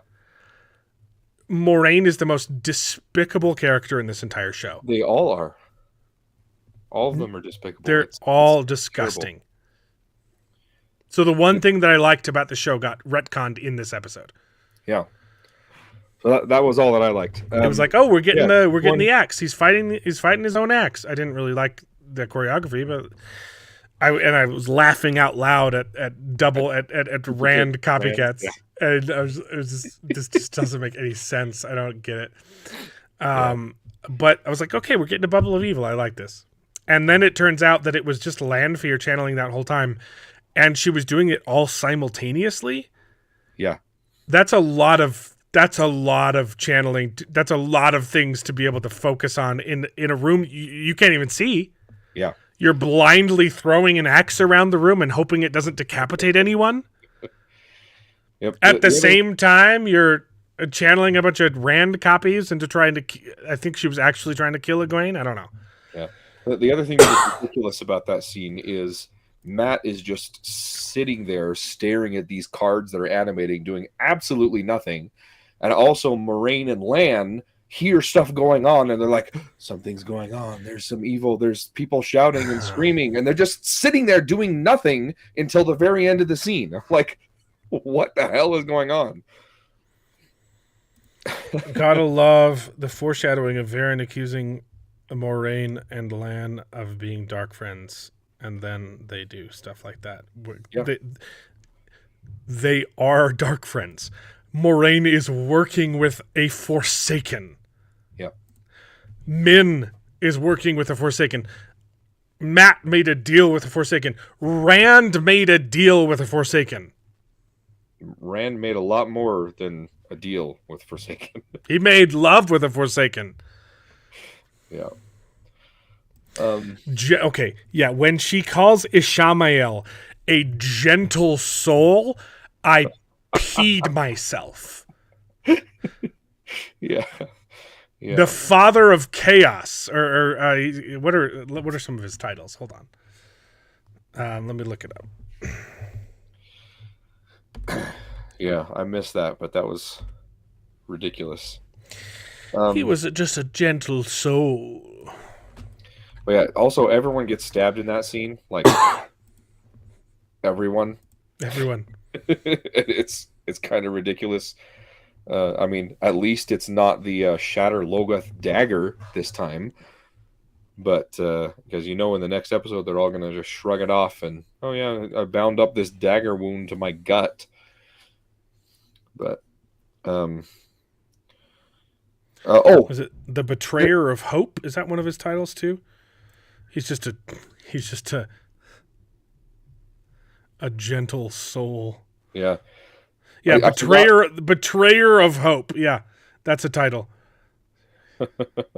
Yep. Nameless. There's one more other thing that I liked, but I wish they did better. was the Gray Man. I thought the Gray Man looked good. It's fine. But Yeah. it should have shown. I him don't know more. why he was trying to Not. kill Nynaeve. Yeah, right. Would you go for a different target? But yeah, I thought that was fine. It would have been nice if they showed him like sneaking in and being really obvious, but nobody's paying attention to him. That would have been better. But but that wasn't even part of the bubble of evil too. It was just just a coincidence that he showed up at the same time. It's stupid. Yeah, the show is written by babies. But the worst part of this whole entire episode is everything that these characters do happens after the 11 minutes. Okay? Yeah. They have this conversation. It's not safe to leave the city. Everyone will report you to the White Tower. And they don't even mention. And also the city is flooded with Black Aja. Yeah. And then they say, "Oh, let's just go hit up the club." The only time they say there's an ADR line, like right here, I think, where she's faced away from the camera, where she says, "And after what happened today, you should be even more scared." Yeah. That's the only time they mention the first 11 minutes of the show. Yeah, and it's just ridiculous that they just go out to the bar and Matt is so freaking flippant about the horn. Like it's worse than we saw in the credits. We knew this was coming, okay? We knew this was coming from the trailer. And I hated it then. I hate that Matt is flaunting the horn. But it's happening after the cold open of this episode is even worse. Yeah. And it's not like they don't know what's going on because there was a freaking explosion of fire coming out of the White Tower. And they also know that the Black Aja were specifically rounding up what, David? The items of power. Right? Maybe don't flaunt the Horn of Valir in a city where Black Aja are stealing powerful objects. Yeah. Absolutely. Yeah, the entire city should be on lockdown. They said lock down the city, and then they're just walking around. Yeah. With weapons in the streets too. Yeah. That's not what? You're allowed to walk around with spears? Yeah. After 9/11, you couldn't bring your fingernail clippers on an airplane, much less spears on your back. Yeah. I love that nobody is giving them a wide berth anymore. Yeah, they're going. Like, oh yeah, there's these Aiel people in the completely different part of the world. It only makes sense once you realize, oh, this was a reshoot. Yeah. No, you're right. Nynaeve got stabbed 11 times. Yes. Leandrin gets 2 swords, 1 sword through her heart. Yeah. Perrin gets an axe to the chest and to his fingers. Well, but the ring stopped his fingers. It protected him. And a single warder gets stabbed to the heart and he's dead. Yeah. Can't be healed. Yeah, it's pretty ridiculous. They've already brought people back from death, though. Yeah. They brought Nynaeve back from the dead. Yeah, and everyone that was... I don't remember who else was stabbed with the Shatter Logo dagger. Loyal. But... I know Loyal, but I thought some other people were as well at the end of season 1. They were all non-vital spots. Bring back everybody, whatever. It's just ridiculous. I like that again, but yeah, I like I said, we knew it was coming with Matt being flippant about the horn, but it's so much worse. He's like, "Hey, I got the Horn of Valir. Did you hear the Horn of Valir right here?" Yeah, like, they're saying it over and over again. And after this conversation, where she says, "Everything you do will be reported in." Well, I know. Let me get an incriminating photo taken of myself and spread it around the city. It's so ridiculous. Like, everybody is searching for the Horn of Valir. They go on a hunt every year. They get it tattooed. They get the horn tattooed on their bodies to become hunters of the horn. Yeah. And he's just like, "Oh yeah, I got it here. It happened." It's not like anyone would want to kill me and take this from me. Yeah. Matt is such a moron in the show. He's a bumbling idiot. I hate it. This is the audience. The audience they are catering to for this show is thirsty people, thirst traps, and they brag about how thirsty they are. This is such a great ooh, brother, ooh. They're proud of this. It's let's read a bunch of thirsty tweets about Lan. Gross. This doesn't even make sense. He's my baby girl. He's a man. I don't care. There's not a tweet there. He's too pretty. Like these. Sorry, these people are all faggots. Like I.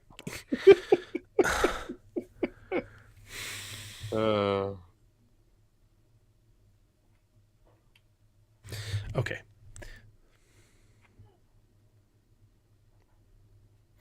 You're a beautiful why not call him handsome? But he's a girl. He needs me. This is A sweet girl. from the Wheel of Time. This is their promotional material. Is say, oh, our fans are so thirsty. They're so thirsty.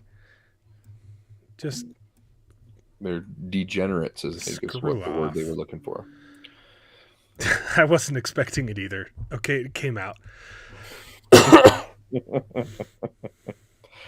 The stream is already demonetized. Might Oh, as well yeah. go all ham. Announcing the Dragon Reborn is in the city that is dedicated to capturing and taming him. Yeah, no, that they said he keeps saying the dragon. He keeps calling him the dragon in public too, and Yep. this episode opens with the Amerlin seat saying, letting the dragon in the city would be a stillable offense. Yeah. And Matt decides to stay in Tarvalin. Yeah. It doesn't track. None of it tracks. Why wouldn't Suwon capture Rand if he's in the city? She tried to last season. Because these writers don't remember what happened last season. They don't remember what they're writing. They have no idea. They don't care what happened in the books. They don't care what they wrote. Loyal just is alive between seasons, okay? It's the finale of season 1, instead of being a cool fight, it was a fight about emotions. Okay, Rand's finale was saying, "Oh, I know this is a lie because Egwene loves me in the dream, and that's not the girl that I love." Yeah, Okay? they're banging. I love the girl who wants to be an Aes Sedai. And then in season 2, he's banging Lanfear. And he's banging Egwene in this season like they weren't on a break. So he was cheating on her. The woman who... Okay, he was cheating on the woman who his love for her was the crux of the emotional climax of season 1. Mm-hmm. And then he's banging Lanfear in the next episode. And then back to Egwene here. Yeah, it makes no sense. There was another point too that happened this season, and I forgot what it was. It's and Egwene doesn't want to be an Aes Sedai anymore. That was the point. Her defining characteristic in the books. She gives up on Rand to become an Aes Sedai. Yeah, it was Which naive. they mentioned in season 1 that was his emotional payout, and now she doesn't want to be an Aes Sedai. It's her only defining characteristic. Yep. Yeah. Rand was prostituting himself. Yes, he was. Yep. Um, I want to go back to the terrible break-in scene. Crap is happening in the tower, right? And then you zoom out to outside of the doors, and the warders are just like knocking on the door saying, we're coming, we're going to help you. And they're just like gently pounding on the doors. Like if you're trying to get inside, no, you're throwing your shoulder in it. You're taking an axe to the door, but they're just like, yeah, the handles are on the outside, by the way. Like, what the freaking hell? Yeah. And then it was so clunky how the red odds come in and they're like, oh, let us in. And they're like, we're not going to let you in. And then some more Aes Sedai show up and then they start fighting. And it was just. We didn't even talk, because after the 11 minutes, you get the Alana fight scene, which is even more hilarious, where she does that jump matrix flip. And that scene in particular, that fight scene where they're going out. Okay, first off, she has the balls to start that off by saying you're not going to leave the city alive, after she just participated in and lost a 17 versus 5. 17 Aes Sedai lost the fight against 4, because one of them was shielded that whole time, against 4 Aes Sedai, and then she's alone. She was part of that fight. And now she's alone and thinks she can take on the same fight, or 2 of them got swapped out, but 5 more Aes Sedai. Yeah. But what's changed? She didn't have her warders the first time. Her 2 warders are more effective than 16 Aes Sedai. Yeah. It's pretty ridiculous. Also, it was dumb that all the you might say Rand was playing for his supper. There you go, $2. That's a man. If only we got Rand playing for his supper. Rand and Matt, man, that's the best part of. Yep. Man, one more super chat and Jared's fired. Dang. Yeah, it's close. It was ridiculous how the Black Aja just outed themselves in front of everybody. Instead of just leaving quietly in the night and stealing all the artifacts, and it makes it's problematic because they want to do this big fight. You have these Black Aja that just stole some of the most powerful Angreal that the Aes Sedai has been keeping in their treasure travers, and they don't use them. They just walk it like, oh, we have all these things. They're super duper powerful. They have a domination bracelet. Yeah, they don't do a freaking thing about it. They could have pulled it out and just dominated Alana. Yeah, it's not 11. Hold on. Mark. Wow, you just really hate Jared, don't you? Thanks so much for the $4.99. I'm texting right now. The Wheel of Prime is like The Simpsons, where the kid is crying, "Stop! He's already dead." Yeah. Yeah. Okay, so it's more than 11. So there were 3 sitters for every Aja, minus red. Okay, so you've got. There's only 1 red in there, and then there was 3 for every, and then the Amaryllis seed herself, and then someone else was in there. Okay, extra. how many Ajas are there? Just really quick. Okay. So 1, 2, 3, 4, 5, not counting black. So 5 times 3 is what, David? 15? 15. Plus there's 6 Ajas, but no reds, okay? Plus the Leandrin, plus the Amerlin, and then plus Nynaeve showed up. So 15, right? 15, plus the Amerlin, plus the Sitter, plus Nynaeve. That's 18. Plus Leandrin is 19. Okay, now minus the 5 from each of the Ajas, right? No, minus Leandrin. There was 1 from every Aja. Minus Leandrin and 4 other sisters. Right, so minus 5. Okay.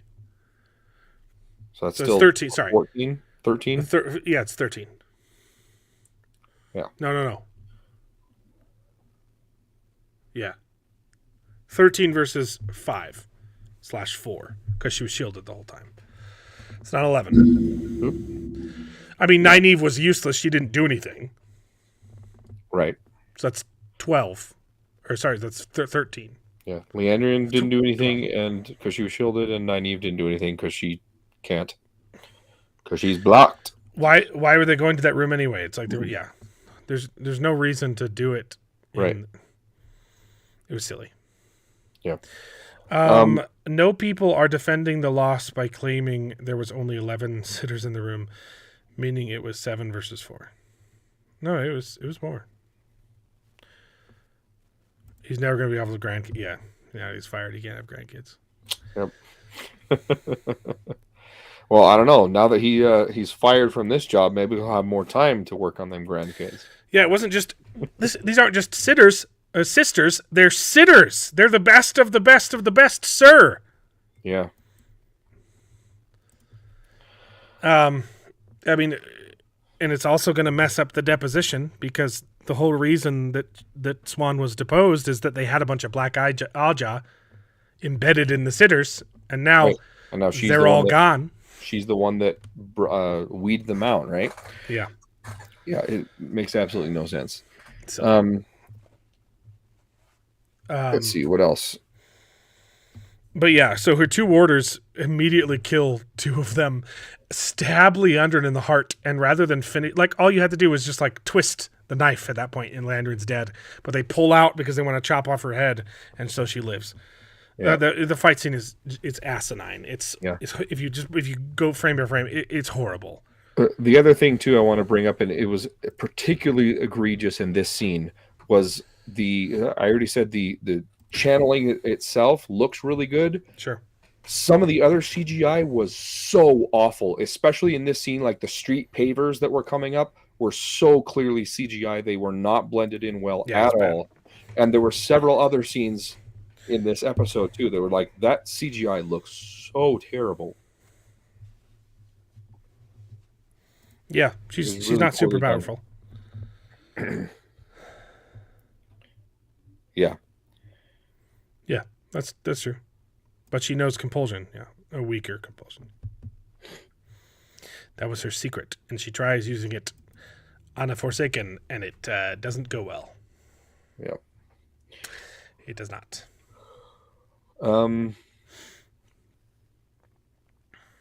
Then I didn't think that we would get the Egwene's trial with the arches, which we didn't. I mean, we got like a glimpse. We got one. And again, and again, it was an example of something that wouldn't be a test. The point of the tests is it tests your fealty to the tower, your dedication to being an Aes Sedai. It presents you with something that you might want more than staying in the tower, and forces you to abandon that thing. What was the one test that we got for Egwene? Oh, I have to kill my lover? Yeah, I might want to peace out of that situation. I might be compelled to not stay and kill Rand. That's not a test. They just don't understand what the testing is. Yeah. And it happens different in the actual like, because she's the Amerlin seat in the tower, and Rand is brought to her there, and that changes up the dynamic of, instead of them going out to hunt him and he being absolutely vile and threatening them, he's brought in chains and she has to make a decision. Yeah, exactly. She doesn't want to be part of the tower in the book, or in the show, and that's completely opposite from the book. Yeah, this show sucks. I did like one hilarious thing that I laughed at a little bit is Elaine was talking with Avienda, and Avienda was like, "You already have the look of an Aiel." And it's hilarious because she doesn't, because Avienda doesn't. Yeah. It's like, what are you talking about? A look of an Aiel? Like, there is no look. You destroyed the look. They were supposed to be red-haired maidens, and Avienda does not. It's like, yeah, I thought that was hilarious. It's so bad, man. I did also laughed at the point that we all knew. The design choice for the tower, and they pointed out in this episode, hey, pointing it out doesn't make it less bad. The tower looks like a massive look. Balls, right? It's so stupid. What's stupid is in the books, like it was commonly made fun of, it was a little bit on the nose that Tar-Valon was a vagina. The map of Tar-Valon, it's a big vagina. It's a little bit on the nose because it's women, full of women, and it's in the shape of a vagina. Rafe decided he needed to put a penis in the vagina for some reason. I don't know why. Yeah. It's pretty ridiculous. 3 of them riding horses in the accepted test.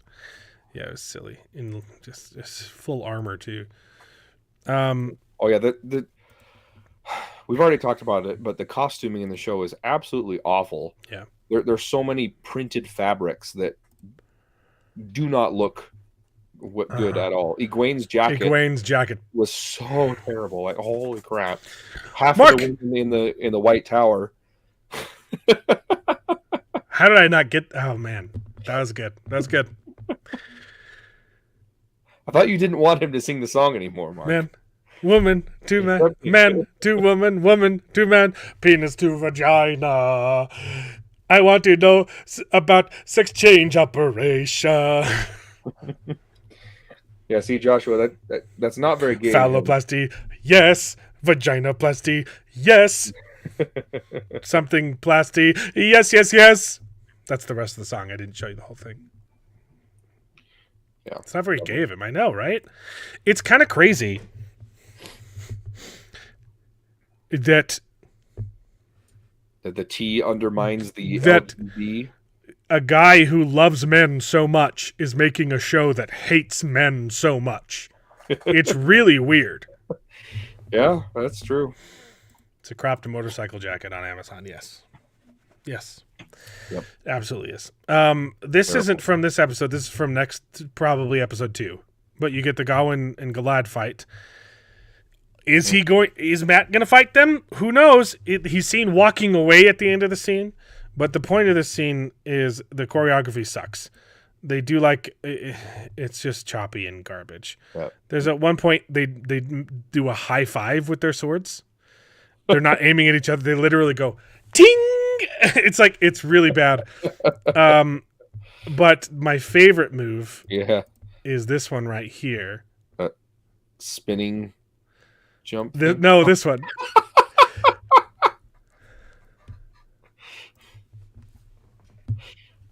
I can't see that. Oh, there it is. I don't. What is that for? I don't know.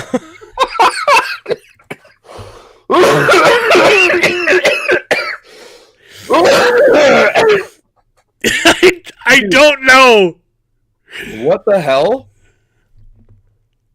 Like, I presume he's trying to grapple with him, but you wouldn't grab his jaw. Like, that is the he's sticking his fingers in his mouth too. Yeah, he's giving him a wet willy, but from his own mouth. That's so weird. That's not a thing. Like, you grab the neck or the shoulder or something. What? That's so stupid. Oh, yeah. Man. Anyway, the point of this isn't the tweet that I initially found, and I regret that I didn't send it to myself.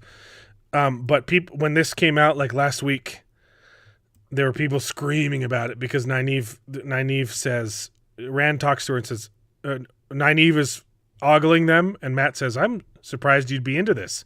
And her response is, I think everyone would be into this, which is just the show writer saying everyone is a little bit gay. Mm-hmm. People were legitimately shipping Matt and Nynaeve and calling it my Nynaeve, or I believe is what the pet name was. I'm just so sick. All the cast to have a big old orgy. Yeah, they did. They'd be happy. They'd be happy if everyone if the plot stopped and everyone was just banging. Wow. These are the promotions they're doing. These are the people they're catering to. Big gay energy podcast. These are the interviews they're doing. Thanks for Rafe's boyfriend is posting pictures of himself and captioning himself as a snack attack. Look, it's one thing for you to post a picture of a thirst trap of yourself and have people comment on it, snack attack. You don't get to call yourself a snack attack. Yeah. Wow. That's pretty bad. Oh my gosh. How the hell would that help Rand? You're just a sicko. Be gay trash. Let's be honest. Let's be honest. Yeah, that's clever. Ha ha ha. You so deep.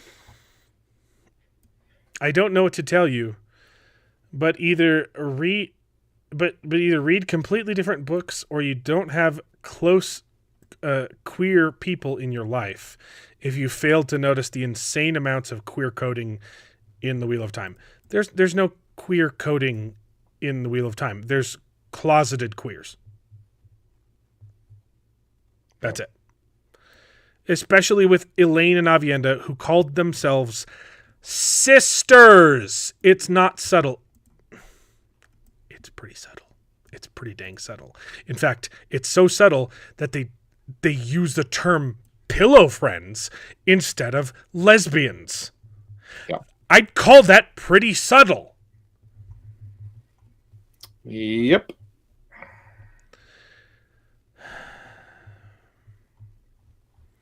They're trying to actually say that this is canon now. Like it. Yeah, it's pretty sick. Episode 1 is perfect. It leaps from the pages.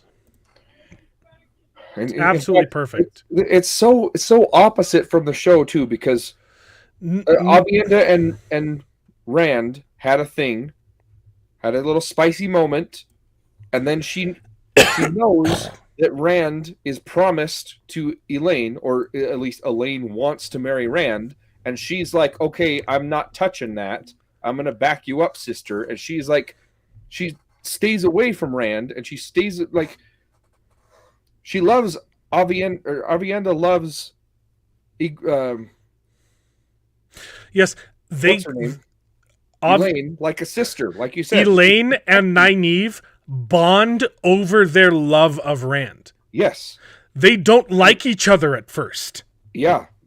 But they both love Rand, and then they learn to love each other as sisters. Yeah.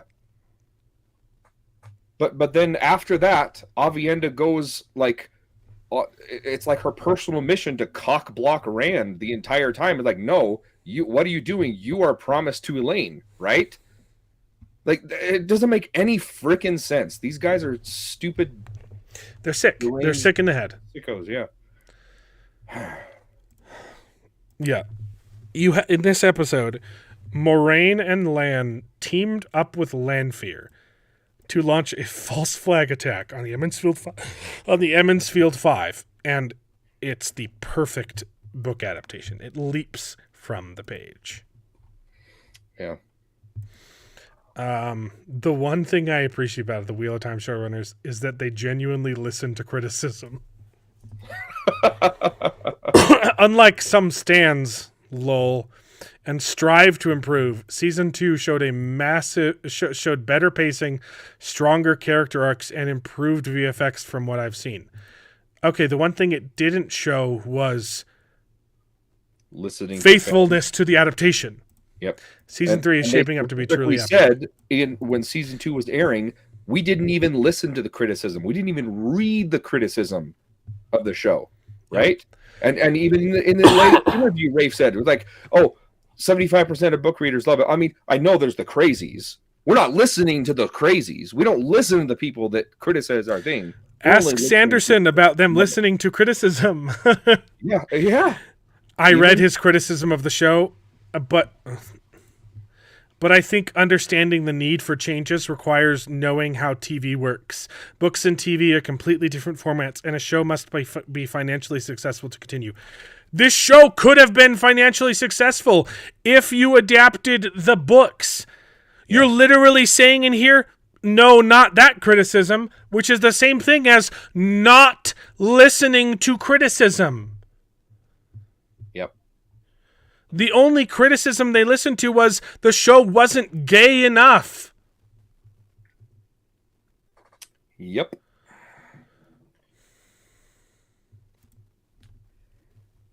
That was his thing. Yeah, if I get criticized, I'll turn your favorite characters gay. Yep. He said that in an interview too.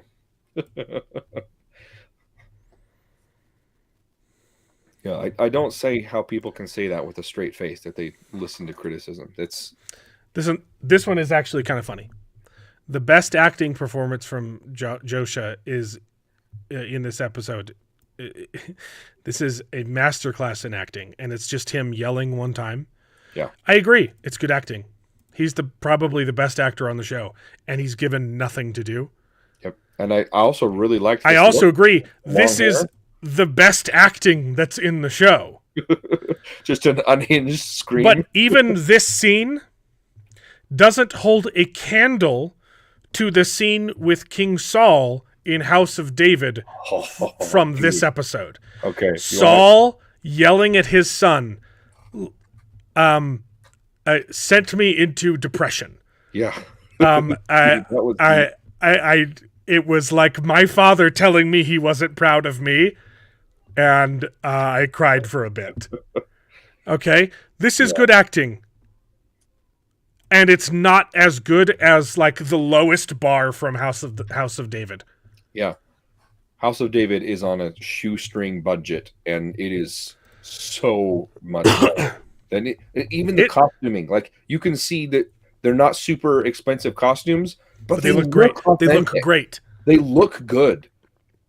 Unlike this awful printed fake crap that they stitched together and like, ooh, let's add some extra tassels and flaps to this biker jacket because that looks cool. Like, oh gosh. You got enough flaps. Yeah. You already got enough flaps, Wheel There's Time. way too much flap. Everyone in the show is lesbian. Too many flaps, personally. One more criticism I have of the show, and then I don't want to talk about it anymore because it's making me angry. Yeah. Mo Gideon looks so stupid. Yeah. It's like I laughed at her. She's trying to be menacing. She's trying so hard to be menacing, and dude, she's just a joke. You look so stupid. Like, oh my gosh.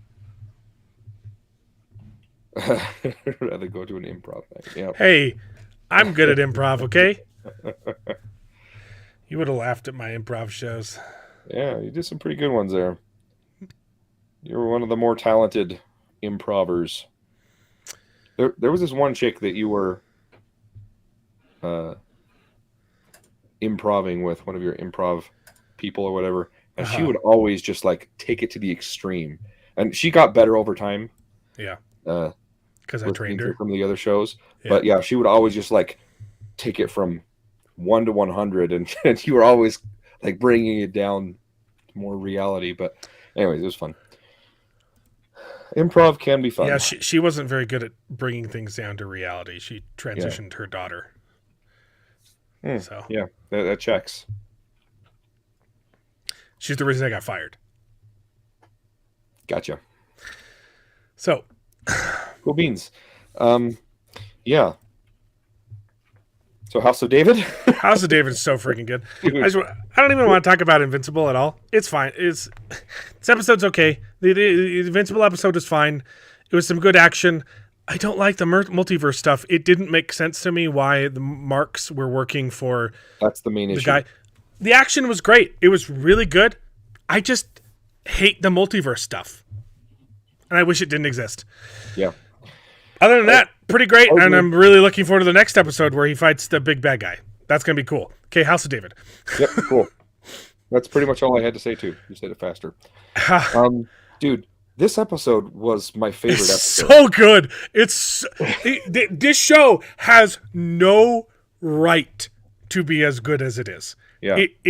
You can tell how poor they are. They have no money. Like, their budget is in the thousands, not the millions, okay? Like, it is shoestring. Yet it is very small. They reuse all the time. This show, we haven't had a show this epic since the 10 Commandments. Yeah. I agree. There've been a bunch of Bible shows. I mean, okay, maybe Well, The Chosen The is Chosen, The yeah. Chosen's pretty good. Okay, I haven't watched all of it. I need to repent. Okay, I need to watch a lot of The Chosen. Yeah. But we used to get Bible shows all the time. Yeah. You know, like Ben-Hur. Ben-Hur, Ten Commandments. Phenomenal. The Ten Commandments. The Robe is really good. I like Not as Robe. good as Ben-Hur, but Robe's pretty good. Yeah. We used to get these all the time, and then after that, we got a whole bunch of them that were just kind of terrible. Yep. Like the Noah one with Russell Crowe. that one was There's fun. so many stories you can pull from the laugh Bible at that it. would be awesome. Yeah. This show, It's really, really good, and I think it comes across as authentic. like, it's just as So good as the Ten heartfelt. Commandments, man. Yeah. It may be better. I don't even know. It's This phenomenal. episode in particular was, I think, a masterclass in subtext and just the way that they weave together the different little plots and how everything worked together. Right. The last episode, David was just anointed to be the next king. What's crazy though, David? I know the plot of the story. Right. Okay, I've I read know. the Bible. Okay, But the way that they layer it but on, they're adding extra stuff and weaving the story together in such an intricate way exactly. that I'm surprised at every single episode. They do something where you're like, oh, Yeah. why didn't I see? Wait, of course that's what you would do. Right. That's fantastic. Yeah, there were like 3 or 4 points in this episode that are like, ooh, I like that. I like the way they did that. You know, with just him being summoned to the king right after he was anointed, and everybody's like, crap, does King Saul know? Yes. And of course we know that he's going there to play for the king. But Right. nobody Yeah, else no, when knows. they announce, oh, it's David has been summoned, you're like, oh crap. And you know, oh, he's been summoned to play for the king, but you still like, oh no, and Right, then you they make feel it for the worse character. by sending his brother there with him, and they're like, okay, do what you need to do, kill people, and you're like, but he's just there to play. They don't know. He's just there to play. He's just there to play his harp. And then the bit where his brother And his brother gets hired to hunt him down. Yeah, It's hunt like, him down, exactly. it's And then he freaking goes- great. He goes to save his brother, say, "Hey, we got to get out of town," but he's gone. not there because he's learning how to read. It's Because he's like, really well done. Like, holy crap! Because he took a girl on a date to read the scriptures. What an idiot! No, it was fantastic. Like the timing of all the events in this episode in particular were just so phenomenal. And the dialogue, like that, No, even just them sitting in a room reading scripture is more engaging than anything we've gotten from Wheel of Time. yeah. It's them reading a passage from the Bible and talking about how I've always wanted to hear it to music, and you're like, this is freaking great. Yeah, and This then is so good. And then he puts it to music, and she just that's He, one thing that, he is such a virgin. yeah, yeah, for sure. Oh, And I believe this is the daughter that he marries. yeah, In the that's Bible. what they're. But anyway, but yeah, I love that interaction between David and Mikhail. I was wondering if you could join me in my quarters for some toast. We could read the holy book. But yeah, it was good. And then the heartfelt scene after that, where she's with her father, and he's singing the lyrics that the song that she made up to the lyrics, the passage that she read. And the interesting thing is, all of the songs are actually in Hebrew. Yeah. Even though they're speaking English. But you knew before she even said that it was the passage that she read to him. Yeah. The Song of the Moses. You knew that was the thing. The music in this show is so freaking good. And you didn't hear the post-credit song because I didn't upload it. The credit song for The Wheel of Time. Oh. Is horrible. Is it a pop song? No. So for every song, every episode, for the credits, we're going to get an in-world tavern song. Oh no! From The Wheel of Time. Oh no! It's really bad. This first song, I almost puked. I was like, this is. They had the sound, like the instrumentation was like, okay, this is taverny, and then the lyrics were like modern crap, and you're like, It was a modern lyricist trying to sound old timey. Yeah. It was really bad. it's bad. It is a very bad song, and I hated it. And then I listened to this one, and I was just like, oh. I don't know if these are like songs that Jews sing. I don't know if this is original music. That would be interesting. But it's fun, like, or if these are like, this is like pop music to Jews. I'm not saying that. I'm just saying, like, I get maybe they're actually polling like real songs, and so it's not as much work. But I don't think so. I think this is all original stuff. Yeah, it's gorgeous. The music is so good. Yeah, Nick, agreed. They could have just taken lyrics from something that an actual character said in the books, right? Yeah, there's not a lot of that in the Wheel of Time, though. They're like they don't have like full songs like Tolkien. There are a couple, but they don't mention like the entire lyrics like Tolkien does, Yeah. So it's harder. The songs were my favorite characters. Yeah. The music in this show is so good. And the actor is a great singer. And I like that it's all in Hebrew. It's really good. Yeah. So yeah, let's talk about that scene with Saul and his son, who defiled a woman, and now they're trying to. Well, it's two scenes. It's him talking. It's before he knows what happened. He's like, "Say, hey, like, how come you don't love me as much as your brother?" He's like, "Because you're an idiot." Yeah. Right? He's like, it's like, if I was born sooner, you'd love me more. He's like, no, if you were better, I would love you more. Yeah. And he's like, oh, and then he finds out, oh, you just defiled a woman, and he goes, what's the line? Holy crap! It was from the moment you were born, you have been a curse upon this family. Yeah, something like that. Oh, that was painful. It was good. But what was even more heart-wrenching, though, is the Queen Mother's story about when he fell and skinned his knee, and he said, "Oh, I love you so much," and then I had to clean your wound, and it really hurt, and you said you hated me. And now I have to clean another wound, except that the wound except that you are the wound. Yeah. It's, dude, Nick, check. Like I was really hesitant going to the show. I was like, look, I'll check it out. I don't think it's gonna be that good. It's gonna be one of those dumb Christian shows that's like, I mean, I guess it was okay, but can't we just get some good stuff, with some decent acting? The acting is phenomenal. The writing is phenomenal. The character arcs are phenomenal. The music is phenomenal. Like, it's incredible. You don't even have to, you don't need to be a Christian. You don't need to have read the Bible. You don't need to know the story of David and Goliath. It's just good. It's good drama. It's Game of Thrones level writing.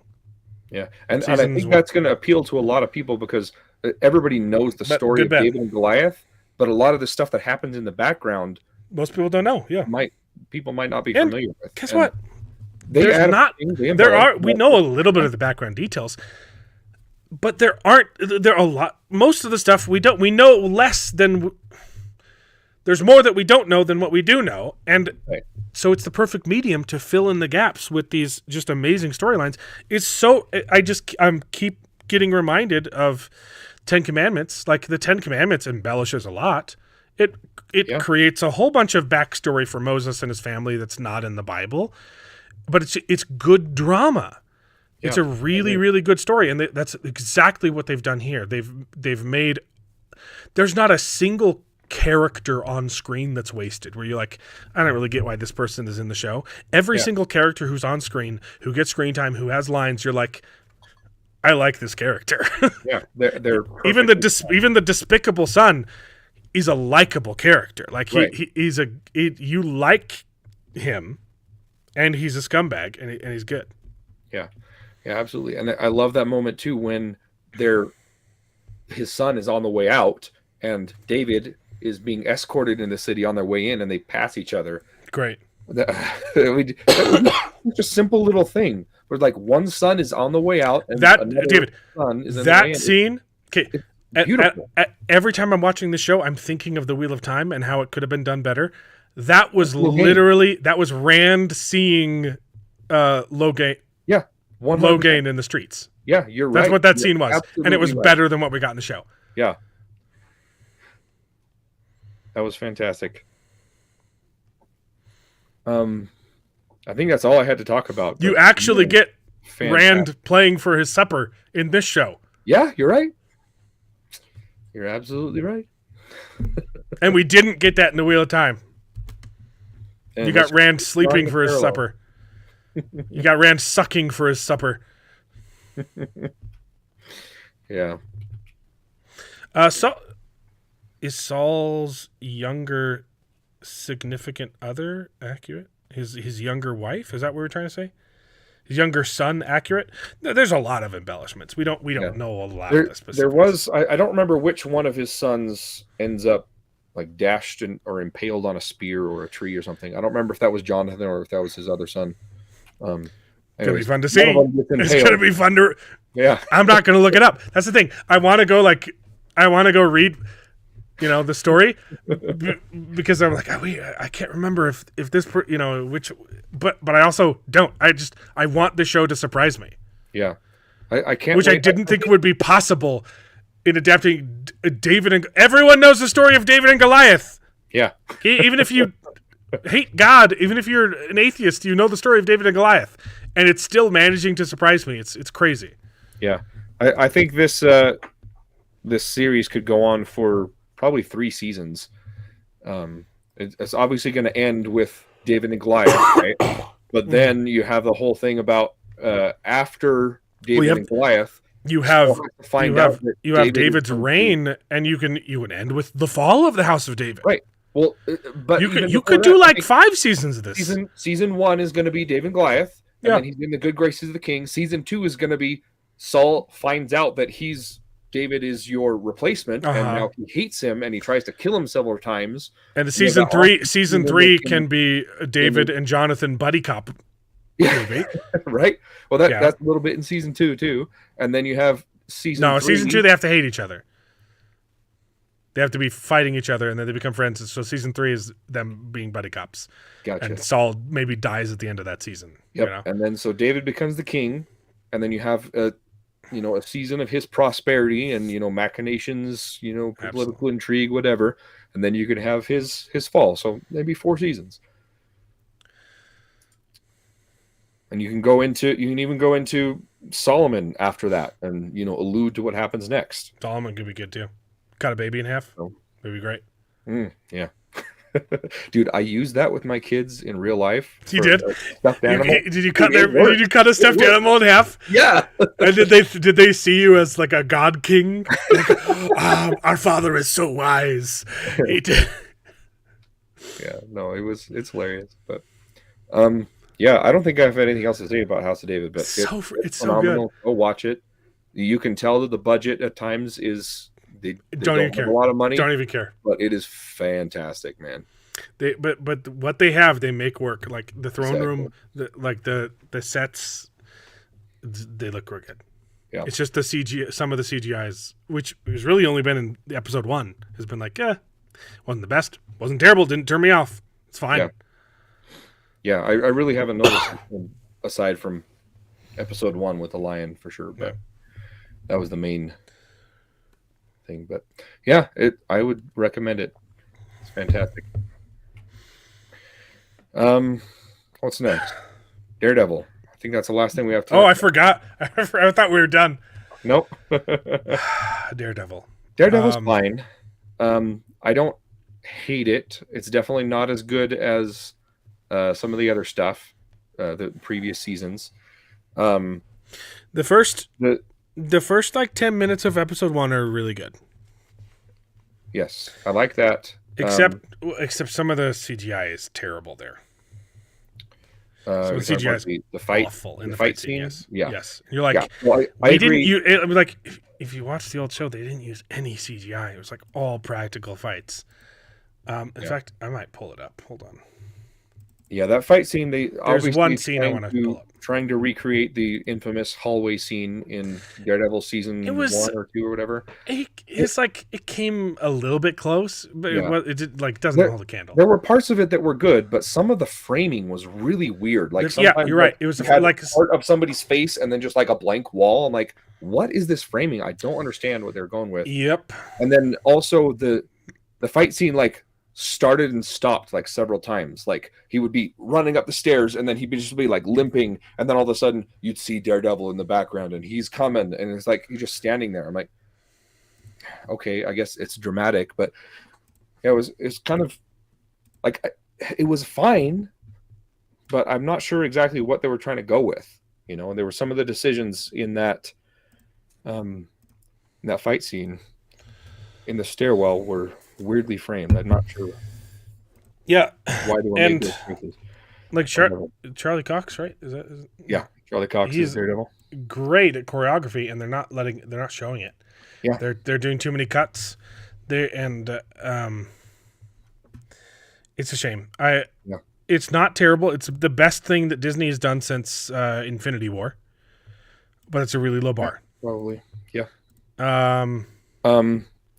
Like one thing I really liked what they did is when Daredevil goes into his, his extra sense or whatever, and he's listening to things, whatever. It narrows the aspect ratio, keeps changing and like focusing in on what he's listening to, and I thought that was a good, interesting choice to show that visually.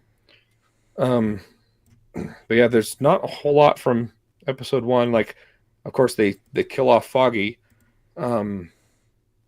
which kind of sucks, but I didn't hate it. If they use it well, it could be fantastic. Like, Foggy is a fantastic character, and it sucks that you like get him for 2 seconds just to kill him off. But it could be really good motivation. Like, I like that it pushes him over the edge, and he tosses. Yeah. He tries to kill Bullseye. He tries to kill Bullseye, which I think is a really interesting thing to explore. Yeah. But now you've got Paige, who's not going to be present the entire season 2 because he's dating this other chick who's just completely bland and not fun at all.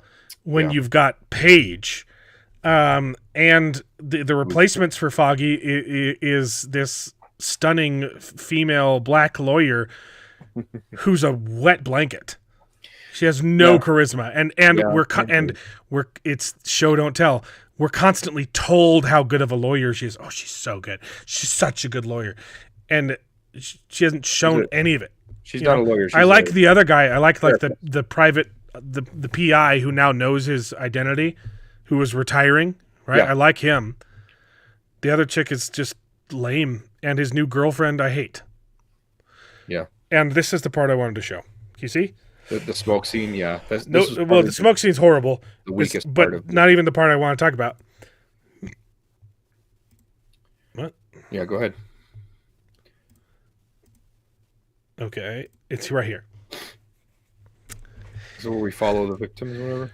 You're going to see, David, in this scene, I'll describe it to you and see if you can point out. You're going to see a Texas switch that's not a Texas switch. Mm-hmm. Okay. It's a Texas switch from a real actor to a digidouble. Yeah.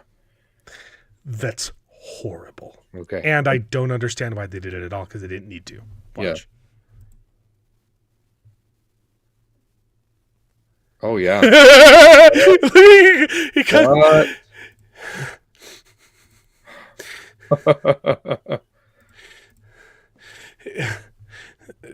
You can't see any of the fighting. This is a real actor. Okay, bottom screen. This is a real guy on screen. Yeah. He closes the door because we can't do the choreography.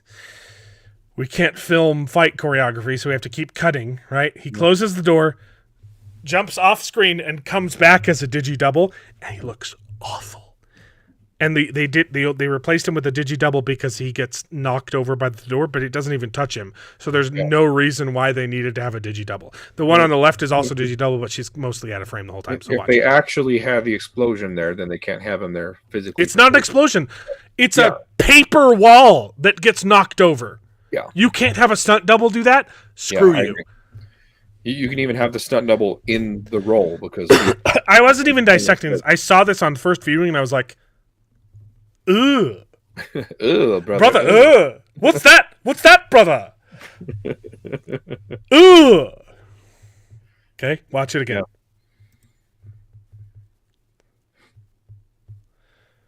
What is that? What is that? They're all of them. And he doesn't even get, look, nothing hits him. Yeah, that's weird. And then all of these people who die are they get knocked over because they're digidoubles. His movements don't even make sense at all. Yeah.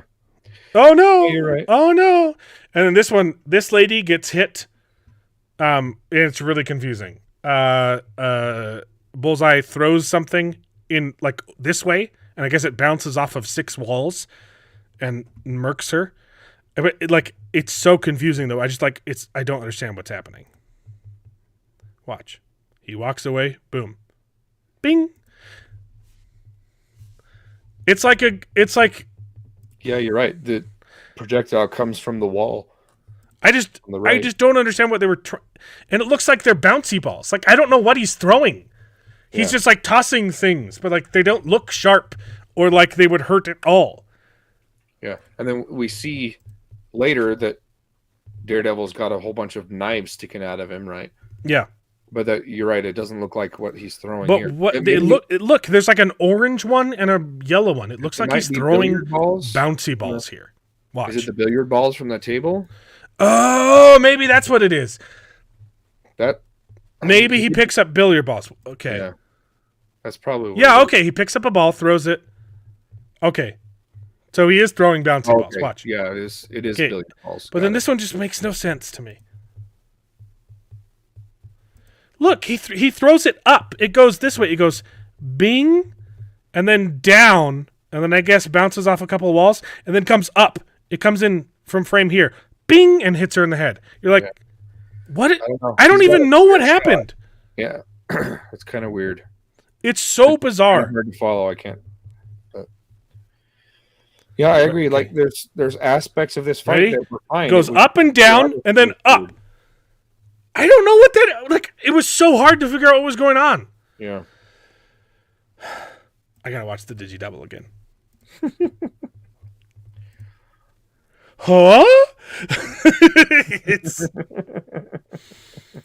yeah, the fight scene is okay. Yeah. I like that he throws him off at the end. And yeah. It's fine. My biggest problems are I can see where the story's going and I don't think I'm going to like it at all. Yeah, I think you're probably right about that. They're doing Kingpin is Trump. Yeah. And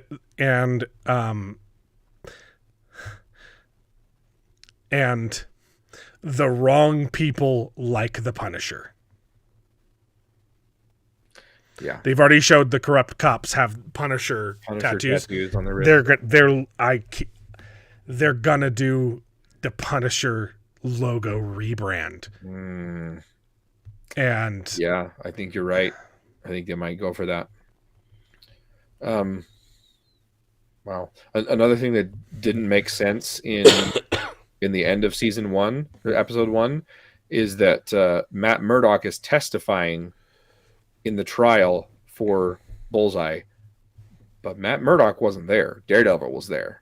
Yeah. Matt Murdock left. That's the thing. They're trying to say that this is a continuation of the Netflix TV show. It has nothing to do with the Netflix TV show. It directly contradicts the TV show. The fact that Kingpin is elected mayor makes no sense. He was in prison. Okay? This isn't like, oh, Donald Trump, he was convicted of stuff and they elected him anyway. Blah blah blah. I don't like. Yeah. He was in trouble with the FBI. Okay? Right. Like it was real bad stuff. It was public stuff that Matt Murdock exposed. Yeah, it's a January 6th allegory. It's exactly what it is. Yep. 100%. Not a fan. But yeah, I agree. It doesn't make sense, and I know that. Yeah, he was testifying at sentencing. It doesn't make sense. Yeah. Yes. Remember how the Netflix show was really, really good? This is not. Yeah.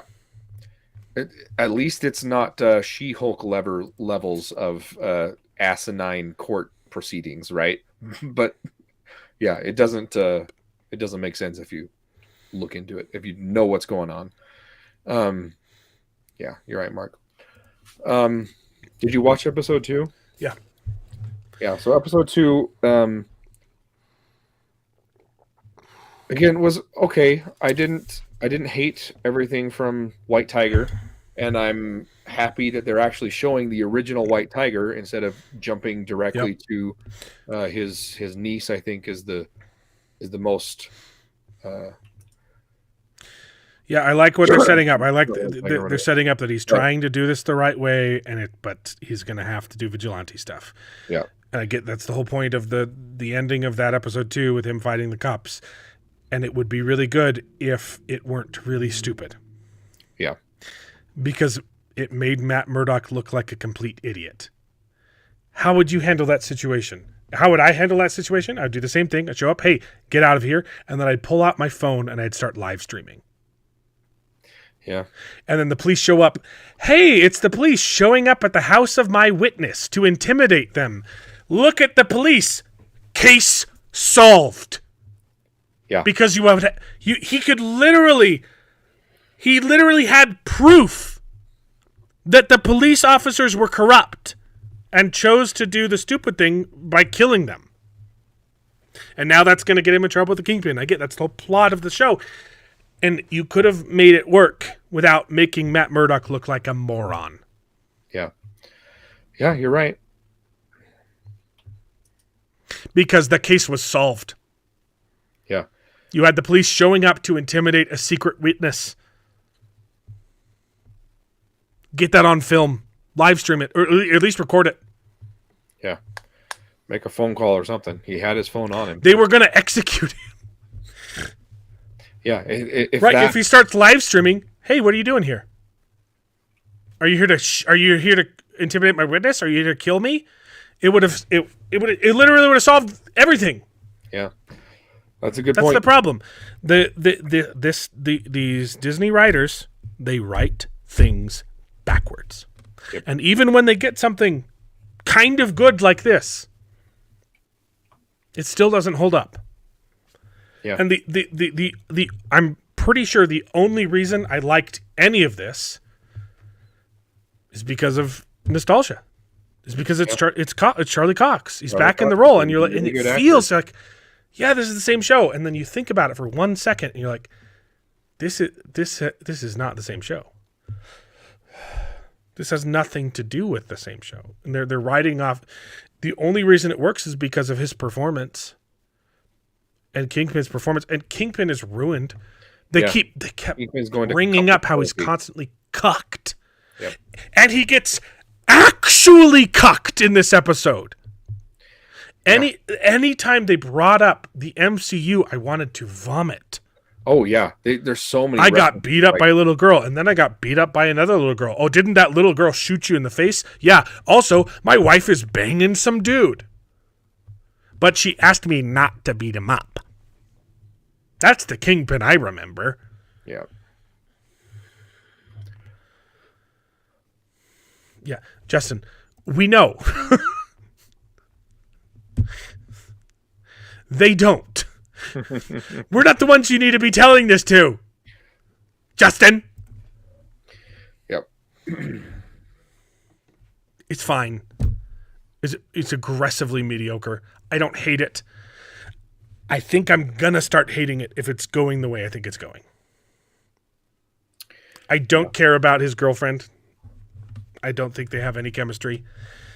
Especially when the 2 seconds you got with him and Paige flirting was like, oh, this is good. They have so much chemistry on screen. And then you got this other chick who's a therapist. She's gonna talk to Matt about his freaking feelings. Yeah, that bit in the bar where they're listening to Foggy's conversation and trying to pick up this chick, and Karen and Matt were talking about it, that was really well done. You could just see them vibing and, laughing at Foggy. Yeah, exactly. I don't know. I don't know if I'm going to keep watching. I'll give it a few more episodes, but it's just the MC low is the MC low. The MCU is at such a low. I just don't care. Yep. That's as big. That's the worst part about this show is it's connected to the MCU. Yeah, I would have preferred it if they just said, "Hey, we're doing season 4. We're picking it back up." It's a Legends thing, right? It's extended universe. Well, no, Disney is prone to doing that, right? Anyway, why not here? I don't want this, I don't want him in the MCU. In the MCU, he cheated on Karen Page. Yeah, with She-Hulk, of all people. They were still dating. Yeah. Anywho. That's it. Wasn't terrible, but wasn't great. I can see what they're going for.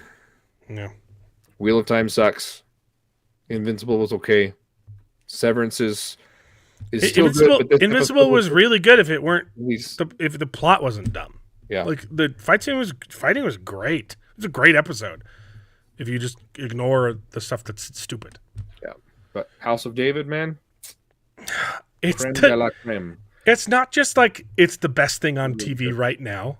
It's so like, oh, it's the only thing we're enjoying because, right? I guess Severance is fine, right? I'm a little pissed off about Severance too. Yeah. It's like a lot of people are saying it's the best thing on television right now. I'm like, that's not it though. Like it's some of the best television that we've had in a long time. Yeah. It is shockingly good. House of David is really, wonderful. really well done. Like, bravo. I just give these people money. Give them so much money. And let them keep doing this crap because it's really good. Yep. Agreed. So, yeah, that's about it. That's it. My only issue is if they do continue for several seasons, they're going to have to change actors once they get into his reign as king. And that's going to kind of suck because he's... I like this kid. There was one scene with David in this... Oh, when he was joking around with his brother? Yeah. When he's like, I met a girl. And she was like... I know I was joking last week when I said I'd take this little Jewish Rand. I'd take him as Rand. Just dye his hair red. For sure. And maybe CGI his nose a little bit smaller. There was when he was joking around with his brother, like I literally saw Rand. I was like him talking about Elaine jumping over the wall. It was so good. Redhead girl. Yeah. They just announced a 3rd season for Ark on Sci-Fi. And it's the only show I'll be watching. It's the only show I will be watching as it is not streaming. Or as it's streaming. So I'm not 100% sure what you're saying. But you recommended it last week. I haven't checked it out because there are 5 shows currently right now. I'm a little busy right now. I have heard good things about Ark. When it dies down, I'll check it out. Yep. It doesn't look bad. So, yeah. Next week is the same. It's 3 episodes or 2 episodes of Wheel of Time if you haven't seen the first one. Yeah. Penultimate episode of Severance. Penultimate episode of Invincible. No. There's only one more episode of Invincible. That's the finale. No, I thought there was 8 episodes. Yeah. I marked down that this was episode 6. Did I get that wrong? Yes. This is episode 7. Wrong. It's episode 7. Great. All right. Yeah. So it's a bit to watch. Yeah, Invincible's over next week, which, I mean, sucks because it's pretty good. But it'll be nice because there's too much to watch. Yeah. I think structure wise, season 1 was the best season of Invincible, but I think like character wise and everything that's plot wise that's happening, I like season 3. I think the best. Yeah, I just But don't like nothing beats stuff. that slow drip of information about Omni-Man. You're like, holy crap, that was amazing from season 1. Yeah. But I really like the redemption arc for Omni-Man thing that we're getting to. So yeah, we'll see. I wish there was more of that and less episodic episodes where we go into the future to do this thing that episode was so dumb. Literally doesn't matter. Yeah. We stole the Declaration of Independence because we thought there was poison on it. There's poison on the ink that would kill Immortal. Yeah, that was so dumb. It's very stupid. The Ark. Oh, it's not. It's called The Ark. Mm-hmm. There's an Ark animated TV show too, though. That's different. That's the video game. Ones, yeah. Yeah, that's the Ark video game. Ark Survival. What is that game? Ark Survival Evolved. Ark Survival Evolved. Yeah, there's an animated TV show now streaming. The game is very similar to Conan Exiles. Yeah. In the way that The Ark. It's a sci-fi. Did season 2 just end? Is that why? Okay, yeah, October. So last year. Cool. Yeah, when I have more free time, maybe after. It's going to be busy until August, unless another show pops up. But we'll check it out. We'll check it out eventually. Maybe if Murderbot sucks, and we, The Last of Us. If we stop watching that, we'll check out The Ark. What is that streaming on? Is that The Last of Us? Is HBO. No, Murderbot is Apple. Seven Kingdoms is HBO. And Ark is on Sci-Fi. Yeah. Anyway, we'll see you guys next week. Well, it'll be just as busy as this one because 2 episodes of Wheel of Time. Well, I'm gonna try and I think I'm gonna do a different format for Devoid of Logic. I think I'm gonna try and do shorter videos and not just cram it all into one episode anyway. Yeah, I think that's. I can get them out faster, more frequently. You don't have to wait as long. You don't have to nitpick every. Probably have to worry about copyright strikes less, and then maybe I'll do like a I'll squish them all together into one video to double dip a little bit. But yep, I don't know. What about Conan? Sorry, we were supposed to play Conan this weekend, and family stuff got in the way. We're probably gonna play Monday or Tuesday sometime. But I don't think we'll stream then because I don't think everyone can do it. But hopefully we can stream this Saturday. Okay. I'm trying to check my schedule. Yeah, I don't have anything. I can probably jump on tomorrow or Tuesday. This Saturday was my daughter's birthday party, which was postponed a week because I was very sick. So that was supposed to be on the 1st, and so we had things move around. And yep. We're gonna do Conan. We're gonna play some Conan. It's fun. I deserve some fun time too. But it's crunch time. It's Wheel of Time crunch time right now, and I gotta make fun of this crap. I could have been making videos about the first 11 minutes. I could have been making fun of that, and I didn't do it in time. So, all right, we'll see you guys next week. Kate, I gotta get to work. I think I'm gonna sleep. I'm not getting to work tonight. I am. So tired. I don't know why, but I'm exhausted. Daylight savings time, man. Blame it on the day savings time. But I got a lot of sleep. I got sleep. So, I did not. All right. Good night and good luck. We'll see you guys next week. Bye. Bye. And now it is time to say goodbye. We had a great conversation. It's been fun. But all good things must come to an end, and the goodest ending I can think of is... Right now, this moment, this night. So I guess we just say goodbye. So, goodbye. Toodaloo. Au revoir. Auf Wiedersehen. Ciao. Ding dao day. But come back next week. for more outrageous bloopers. This is the end. Well, there's only one thing left to do. I'm gonna go home and sleep with my wife.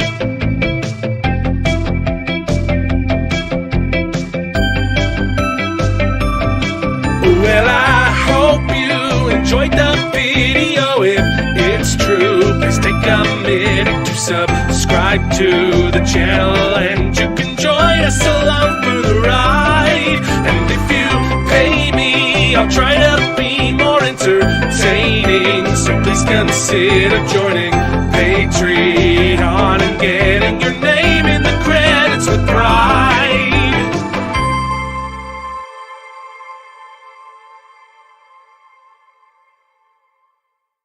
I'd buy that for $1.